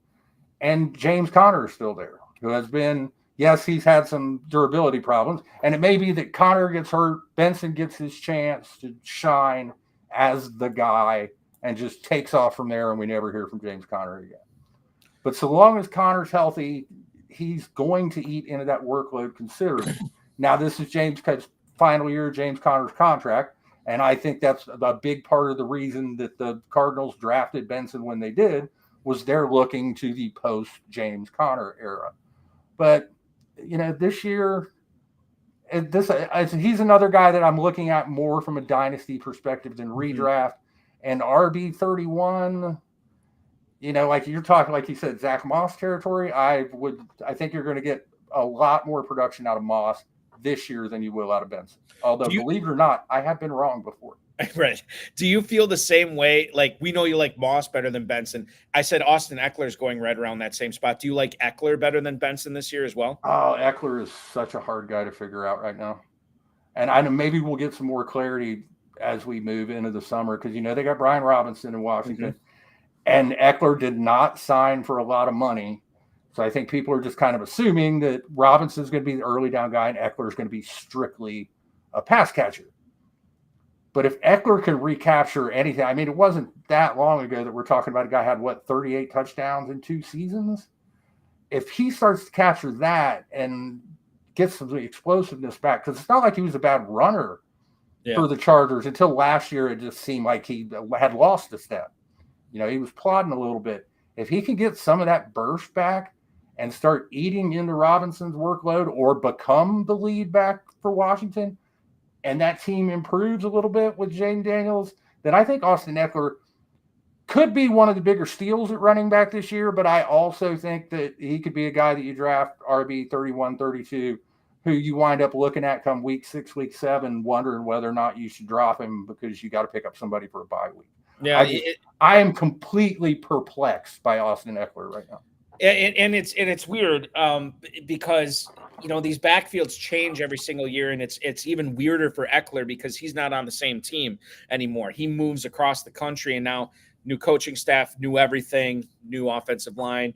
A guy that maybe we feel differently about him this year is Rachaad White, and maybe it's because of Bucky Irving being drafted by the Buccaneers here with the 125th overall pick. Now, Bucky Irving, 5'9", 192, not exactly the biggest guy in the world. He actually started his career in Minnesota. Freshman year, 700 yards, 4 touchdowns. Then he goes to Oregon. He goes back-to-back 1,000-yard rushing seasons, 6 yards per carry, 413 receiving yards on 56 catches. 56 catches last year. Combine wasn't great. The college production's there. The combine wasn't great. And I don't know. I don't think he's particularly fast. I don't know if he ever develops into anything other than a third down pass catcher. But this is crucial when we try to figure out Rachaad White this year, Gary. Rachaad White is going at running back 13. He's a borderline starting, RB1 running back this year. 409 is where he's going.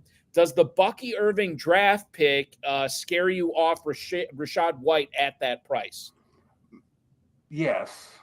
But I was already kind of scared off Rachaad White at that price because last year, he survived so much on volume. He just got a ton of touches. And if Irving starts eating into those on a per-touch basis, Rachaad White was not good. He averaged what? I think it was 3.6 yards a carry or some number. It wasn't high, yeah. It was under 4 yards a carry. I know that.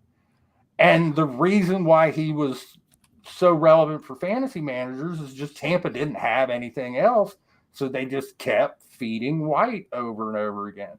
Now that Irving it's going to be a matter of how quickly can Irving adjust to the NFL? Is he a guy who can take that step to the pros?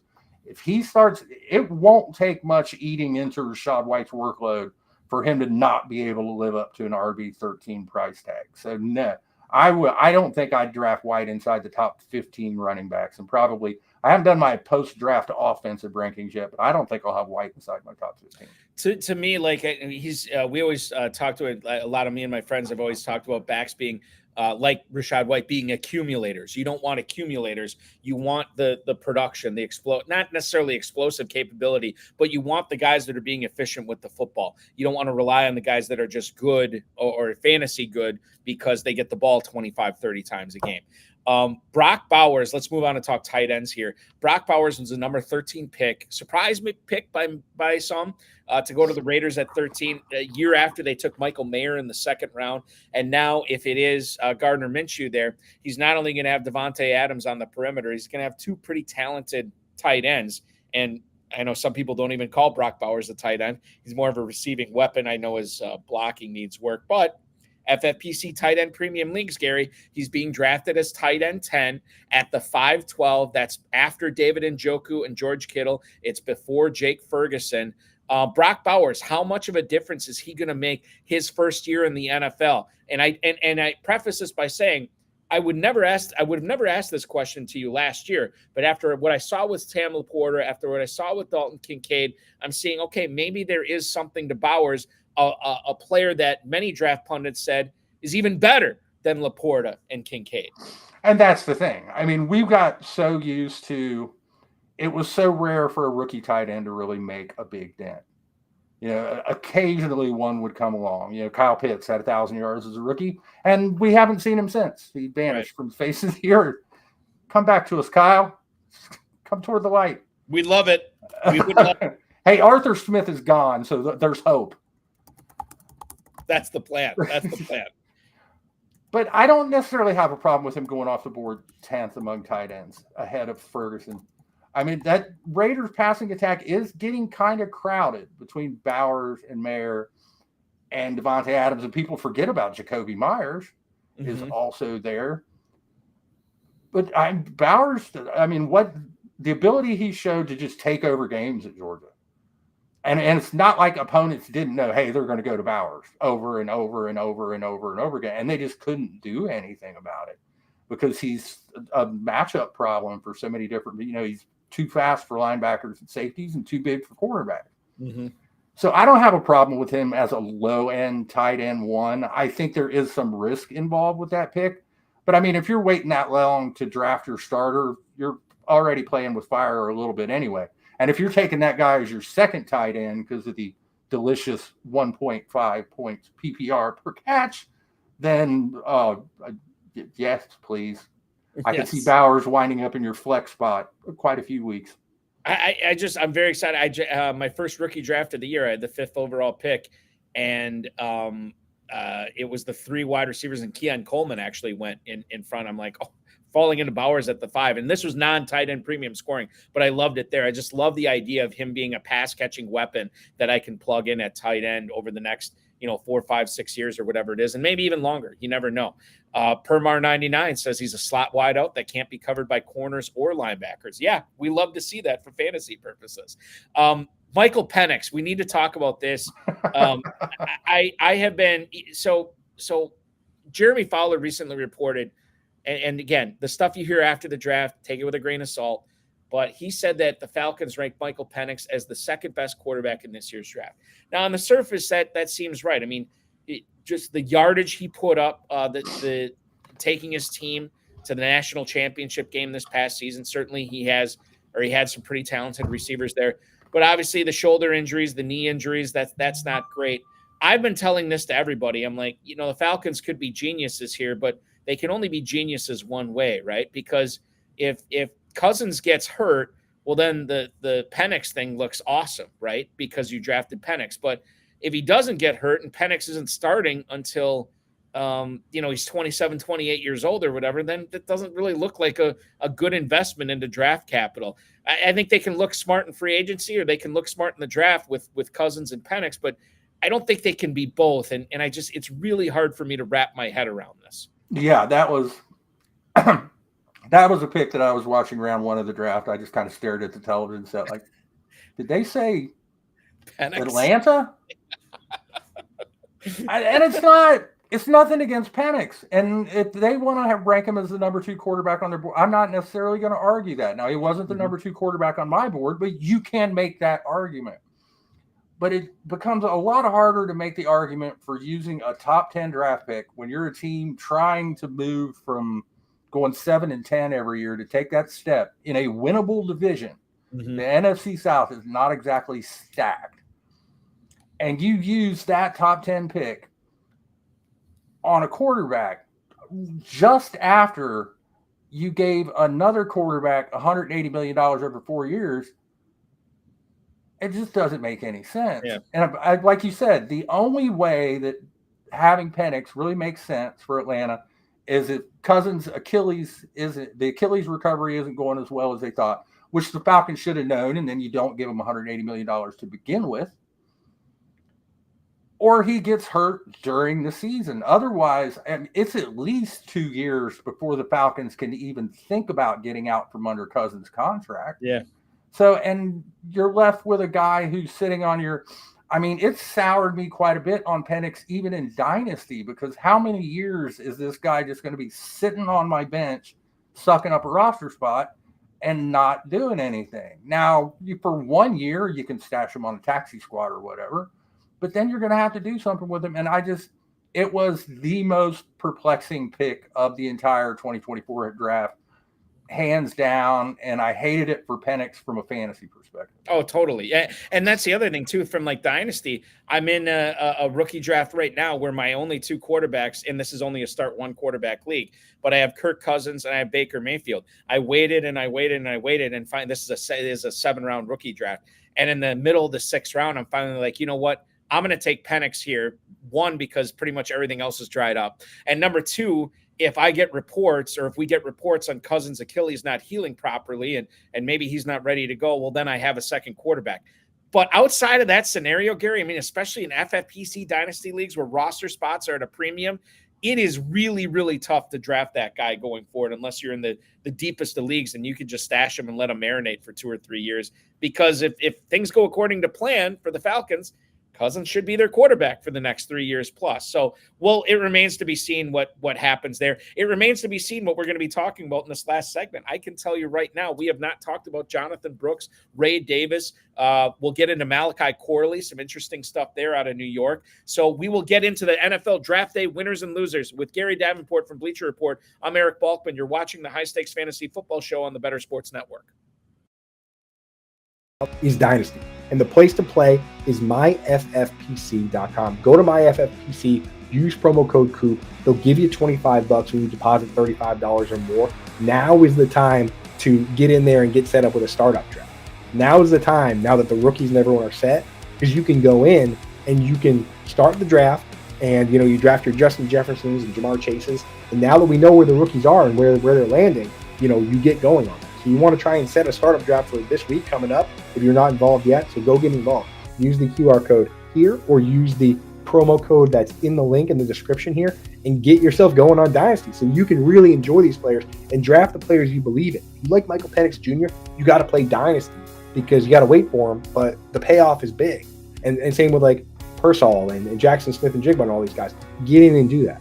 And I'll tell you what, the orphan leagues over there that we've been talking about, those all got bought up. They're actually all sold. People from this show I know took over a bunch of them. So right now, startups is the way to go. That's the way to rock and roll. It is startup season. Startup season and rookie draft season. That's what's up. Get set up at myffpc.com. Use promo code COOP. They'll give you $25 when you deposit $35 or more and give you a leg up. No dealing with chasing around your friends and making them pay dues and having your buddy be like, oh, dude, I got to quit the league because I got a dog and I can't pay attention no more and I don't want to do trades. Forget all that. You can play online, MyFFPC, high stakes, low stakes, whatever you want to do with experts. And if somebody leaves the league, it goes in that orphan pool and somebody picks it up. The league has never been disbanded on FFPC.com. That's directly from Eric Bachman over there has told me that. So that's what's up. Get set up.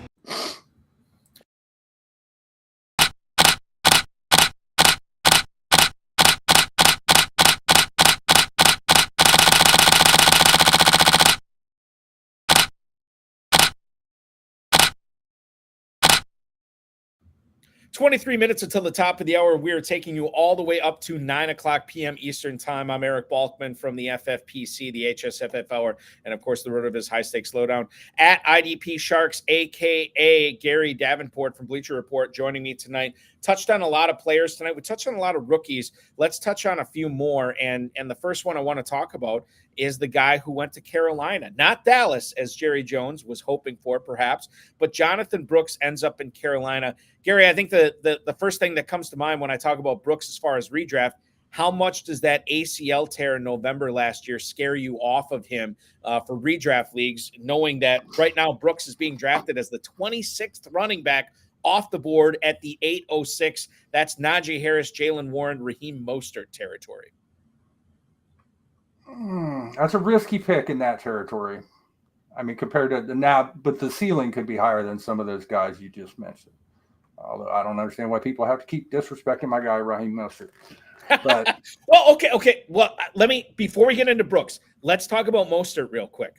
because I don't have Jalen Wright on the rundown, but you have A-Chain, you have Jalen Wright there, and Mostert now still being drafted as running back 27 at the A-10. Why is he your guy, and why is he a guy that you want to be in business with at that point? He's going to keep getting his. I mean, as a high-end RB3, how many touchdowns did he have last year? Mike McDaniel trusts him.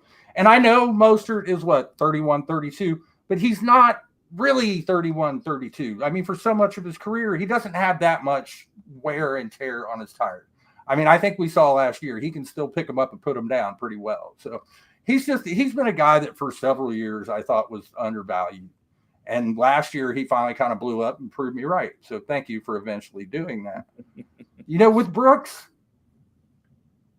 it's going to be a lot easier to make that call as we move farther into the summer and we get more news on the ACL and how his recovery's coming. You figure November to the beginning of August would be, 9 months and change. It's not unheard of for a player to recover from an ACL in that amount of time. And I mean, in the 15 years that I've been playing fantasy football, 15, 20, something like that, long time, just in that time frame, the medical technology has advanced so much that these guys are recovering so much quicker. I mean, you got guys tearing Achilles tendons talking about coming back the same year.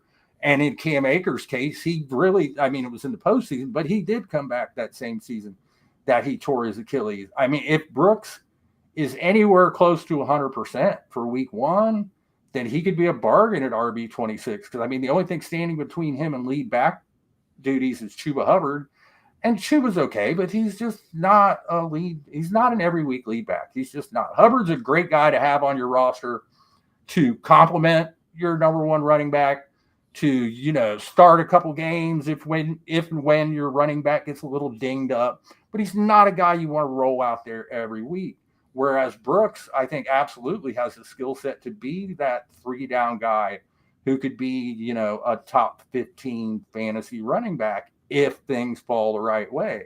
So, if you like the risk, if you like rolling them bones, right, then RB 26 isn't a bad spot to get in. Now he could wind up RB 46 because he only plays half the season, or he could wind up, RB 13 because he's out there in week 1 and shows the kind of ability that we saw him show at Texas. Granted, he only started 1 year at Texas, but I mean, that Bijan Robinson guy he sat behind was supposedly pretty good. And Roschon Johnson too. Yeah. There's a lot of talented running backs that were there. Jonathan Brooks, obviously the ACL tear. Permar99 said Dave Canales, the new head coach for Carolina, who was the OC in Tampa last year, where we saw Rachaad White get a ton of action. He thinks Brooks is going to be getting volume at some point. Gary, do we read anything into the fact that the Panthers draft Jonathan Brooks, and now we found out, was it yesterday or today, that they're signing Rashad Penny, and obviously Blackshear, Miles Sanders, Tariq Cohen. I know they signed towards the end of last year as well. There are a ton of running backs there. The Penny thing I think is interesting because it came after the Brooks draft pick. Am I reading too much into this? It may be that they're hedging their bet a little bit. It may be that they're just adding camp bodies because they don't want to push him that much. It's a valid point. I wish you hadn't brought up Miles Sanders because I'm still a little surly about that. Yeah, no, you and me both. Yeah, listen. I totally fell for that last year, completely. It was one of those things where I don't know what it was. I think it was the perfect meld of I've seen enough from him and he was going late enough that I'm like, okay, I can get on board with this guy. And then all of a sudden 1 league turned into 3 leagues, turned into like 6 leagues. And I'm like, okay, cannot do it again. MarShawn Lloyd was a 3rd-round pick by the Green Bay Packers this year. This is after the Packers they cut Aaron Jones. He signs with the Vikings. They went out and signed Josh Jacobs in free agency. I listened to Adam Stenavich, the offensive coordinator, and Matt LaFleur, the head coach of Green Bay, talk about Lloyd, and they seem very excited about his speed. I read an article. I can't remember if it was on CBS or The Athletic, but it was talking with some unnamed executive scouts and front office people with various NFC teams. And they said that one of them said regarding Lloyd that he didn't think they used him all that great at USC because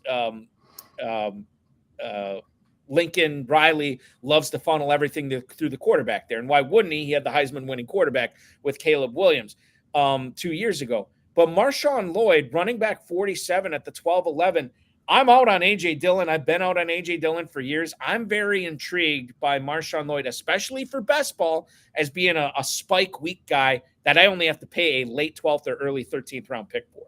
Right. And we've seen the Packers show some propensity for being able to support 2 fantasy relevant running backs. Now, granted, one of them is usually a lot more consistent, and with Dillon, it was more up and down. But like you said, as a spike week guy, yeah, I'll roll it. And in best ball, that's what you want late in drafts, is to get spike week guys that hopefully won't be in your starting lineup most weeks. But, when week 11, when, Jacobs has a ouchie ankle or whatever, and he carries the ball 22 times for $130 and 2 scores, there's your spike. So, yeah, I don't mind that. Again, when you're drafting late, go upside, go ceiling, don't be afraid to risk. Don't spend a 15th round pick on some low ceiling, high floor veteran guy who really you don't ever want to see in your best ball lineup. I always like when especially funny you mentioned 15th round. That's usually like when I'm like, okay, I need, not necessarily for best ball, but if I'm playing redraft, and I get to the 15th, 16th round, I'm like, okay, I need to draft guys here that are either going to show me something right away, or I can feel comfortable cutting when the bye week gauntlet starts in week 4 or week 5 or whatever. Like to me, that's the best utilization of those draft picks. And then that way you don't have to feel like you have to protect your entire roster. You can feel free to cut some of these guys. So you could pick up, like, again, bring up Puka Nacua, who was not drafted in every single FFPC league last year. And then these players that are picking them up, right after week 1, they're paying a premium for it, but they have the roster spot to do it, and they probably had really good seasons because of it. Moving back to Buffalo, I should say. Ray Davis was drafted by the Bills this year. He is going as running back 50 at the 1309. I did read a report today, it might have been on Bleacher Report actually, Gary, about Davis potentially vulturing some scores from James Cook. How do you think the Davis draft pick affects James Cook, who is going really high in FFPC, in the FFPC best ball tournament? James Cook is currently going at running back. I just had it here. I apologize. I thought I had it. James Cook, running back 15 at the 412. Yeah, I think people thought this was going to be the year that James Cook really, came into his own and maybe was an RB1. And Davis robbed some of that thunder. And you have to, okay, now we're talking about Davis taking some short yardage goal line carries away from Cook. And that's on top of, the Josh Allen QB sneak at the goal line. If we see one, it would not be the first time it's happened. So, I'm not freaking out about Cook, but it is a little concerning. And yeah, it knocks Cook down into that RB 15 to RB 18 range. Although as we keep rattling off these guys that are going in that RB2 range, man, them guys that are going from RB 13 to RB 21 or 22, there's a lot of talk yourself into getting excited about them. Well, and I think too, as we move closer to July and August and September, this is the area where you could see the most fluctuation of where these players are going to go, especially once we get to training camp and everything like that. But you're right. Like, you could tell yourself a story and be happy with, drafting these guys in the 5th, 6th. You're like, okay, who's available? The one thing I don't want to do is tell myself the Miles Sanders, what I thought was a lullaby story last year, which turned out to actually be a spooky campfire story that ended up bad for everybody. Miles Sanders, Jahan Dotson. It's another one. A guy I don't think we're going to be having that conversation about this year is Marvin Harrison. Now, we don't really need to spend a whole lot of time talking about how awesome Marvin Harrison is. He's awesome. He's going to be fantastic. He was great last year. As you said, he was NFL ready in 2022 or in 2023. Now he comes in the league that he's going to take by storm, we think, in 2024. The one thing I'll push back on here, and the one thing that I guess I'm a little concerned about, this is a player that is being drafted as wide receiver 10 at the 205 right now as a rookie. A.J. Brown, Garrett Wilson, Drake London going immediately in front of him, and then going immediately after him, Chris Olave and Devontae Adams. Have we steamed up Marvin Harrison too much, Gary? Yes, but I'm not surprised at all that and it's not like you said. Marvin Harrison Jr. is wildly talented. To me, he wasn't just the number one wide receiver prospect in this draft class. He was the number one player overall. I understand why he didn't go first overall. Quarterbacks rule the roost. Mm-hmm. But he was the best player. I mean, it's not that often a guy comes along that is this talented and this polished. There's just nothing Marvin Harrison does not do at an elite level right now. But drafting him as a top 10 guy right out of the gate ahead of guys like Olave, again, you're drafting at ceiling. And I understand sometimes people just want to get that guy on their team. And if you really just want Marvin Harrison on your fantasy team and you're willing to pay that price, go for it. I mean, it's your team. The only one who has to live with the players you pick is you. But if you're drafting for value, I don't see it there. I mean, I'm not saying he won't have a top 10 season, but if you're drafting now, he has to, or else you're mad at him for disappointing if he finishes 15th or 16th, which would be a fine rookie season for any other wide receiver. The other thing that concerns me there too is while he's going to rule the roost at wideout, Trey McBride caught a ton of passes last year too, and I think that I wouldn't say it's concerning, but it's something that you have to think about. Okay, am I really going to soak this much draft capital into this rookie where there's already an established relationship between the quarterback and the tight end there? It might scare me off him. Maybe he dips a little bit. I don't know. Marvin Harrison's going to be fascinating to watch the draft season. We need to get some more reports leaked about how he's kind of surly. Right. He doesn't want to do workouts. Got a bit of an attitude. Yes. Yeah, he didn't sign his NFLPA deal, so they can't mark his jersey yet. No, he signed a deal of his own with Fanatics and got paid. That's right. What he did. Was genius, on his part for sure. Well, it helps to have a dad who might have played football for a little while. Right. Yes, it's true. Let's talk about Malachi Corley here. Malachi Corley, as I was doing this show leading up to the NFL draft, and in my other shows too, I'd ask some of these dynasty players in the FFPC, who's a rookie you're excited about drafting. And I wouldn't say it was all the time, but I heard Malachi Corley's name come up over and over again. Jeremy Fowler from ESPN reported that Joe Douglas, who's the Jets GM, and Robert Saleh were, quote, elated to get Malachi Corley in the draft. Aaron Rodgers says he's excited to work with Corley. The Jets thought about taking him as high as 40. They end up drafting him at 65. He was compared by some to Deebo Samuel prior to the NFL draft. Caught a ton of screens for the Hilltoppers at Western Kentucky.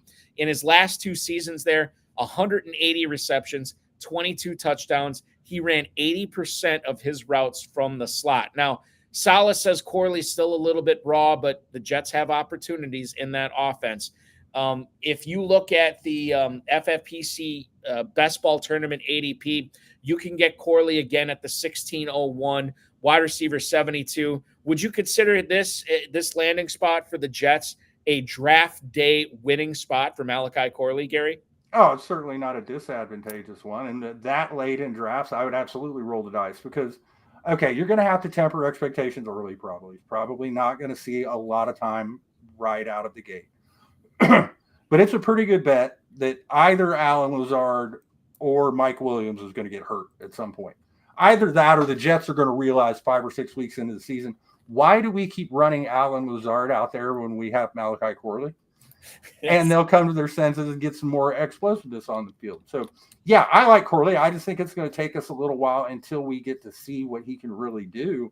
I'll just be glad to see a Jets offense with a passing game that actually is passable.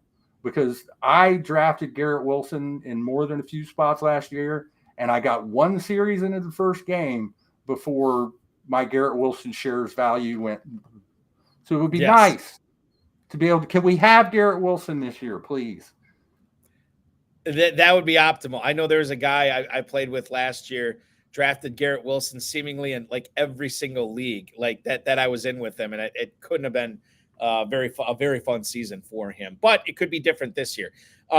The FFPC, as I mentioned, tight end premium scoring. Let's tackle a couple of tight ends here before we sign off at the top of the hour. Ben Sinnott was the number 53 overall pick in the draft, a 6'4", 250-pound walk-on at Kansas State. He redshirted in 2020, played a little H-back, some fullback and tight end as well in his second season.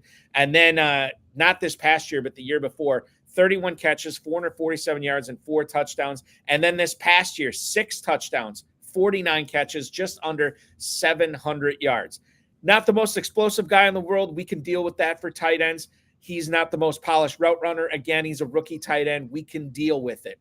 He can block, 4.68 40, 9.72 relative athletic score, and he ends up in Washington with Jaden Daniels, with Terry McLaurin, Jahan Dotson still there as well. To me, this is another draft day winner for Ben Sinnott.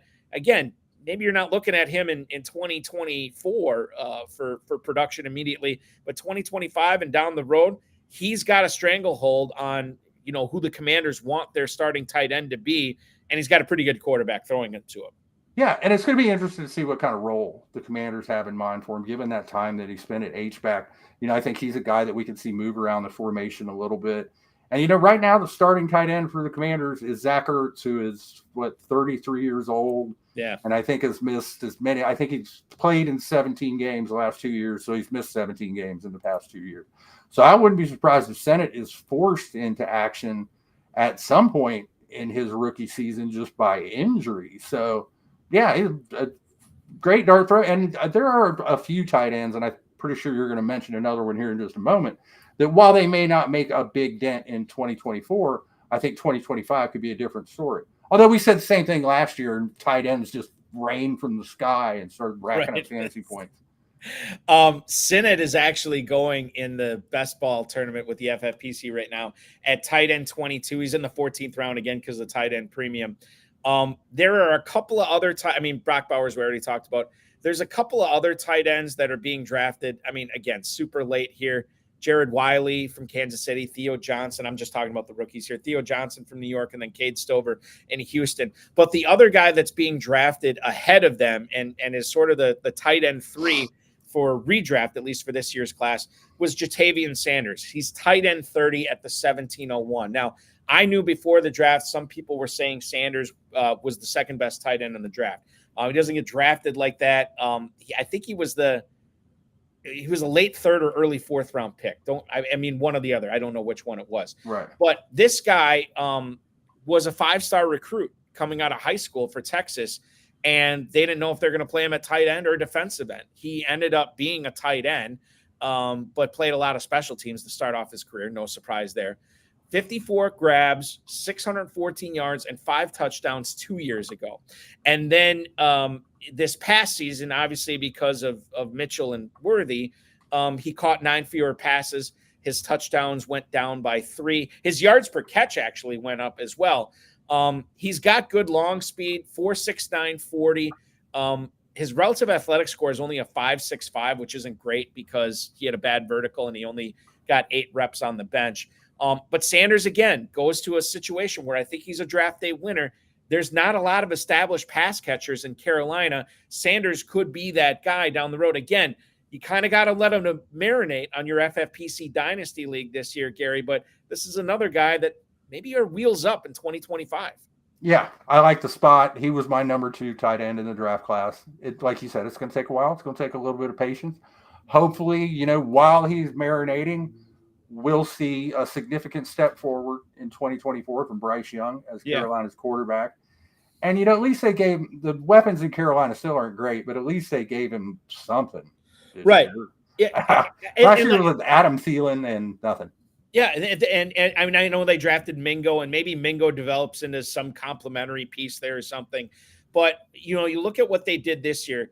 Sanders at tight end, Brooks at running back, Xavier Legette. I think they're taking a page out of the Houston Texans playbook and maybe the Chicago Bears this year as well. It's like, if you have this young quarterback that you believe in, you got to kind of give him players around him that can help him become the best version of himself. Right. Now, to your point, I'm not necessarily thrilled with any of these guys. I think Brooks is going to be all right. We'll see with Leggett. Sanders is kind of whatever, but at least they're trying, Gary. They're very trying. Yeah, and that's the thing. And I was surprised by it last year that the Panthers went out there. They trade all this draft capital to move up to the number 1 pick because Bryce Young is the guy they want. That's the franchise quarterback that is going to lead the team for the next decade. And then they throw him to the Wolves with nothing. Mm-hmm. And it's just you're setting a quarterback up to fail. And in doing so, if that gets inside their head, you may not get it back out. So, I'm hopeful that Justin Fields will get a chance to restart his career at some point, if not this season, the next. But that's what we saw in Chicago with Justin Fields. I mean, it's hard as a quarterback to succeed if you don't have anyone to throw the ball to. Yeah. And that's nobody wins that way. Ain't nobody going to win that way. We will win plenty of ways when we follow what Gary Davenport is producing at Bleacher Report and, of course, on X at IDP Sharks. Is that the best way to keep up with everything you're doing, is following you on Bleacher Report and then on Twitter? Absolutely. The next fantasy hit I think I'll have coming up is probably next week. I'm doing one for The Athletic after the schedule release. Only the NFL can turn the schedule release into a 2-hour TV show that gets better TV ratings than the NBA Finals. Yeah, it's sponsored by Goodyear or something. Like Yeah, it's going to exactly. happen. We're not that far away. Gary, great job tonight. Thank you so much for joining me, man. I really appreciate it. This was a lot of fun. Oh, pleasure was all mine. Absolutely. Thank you so much. Thanks to Gary Davenport, our producer, Matt Deutsch. We're back at 7 o'clock next Thursday. RotoWire's Jim Coventry is going to join us. And I do believe, as Gary was saying, that schedule release should be out on Wednesday. So we'll have a lot to talk about on Thursday. Check out the Fantasy Pros Championship, the FFPC Best Ball Tournament, the FFPC Superflex Best Ball Tournament, and, of course, Dynasty and Empire Leagues over at myffpc.com. That's myffpc.com. Thanks so much for watching, everybody. For Gary Davenport, I'm Eric Balkman. This has been the High Stakes Fantasy Football Show on the Better Sports Network.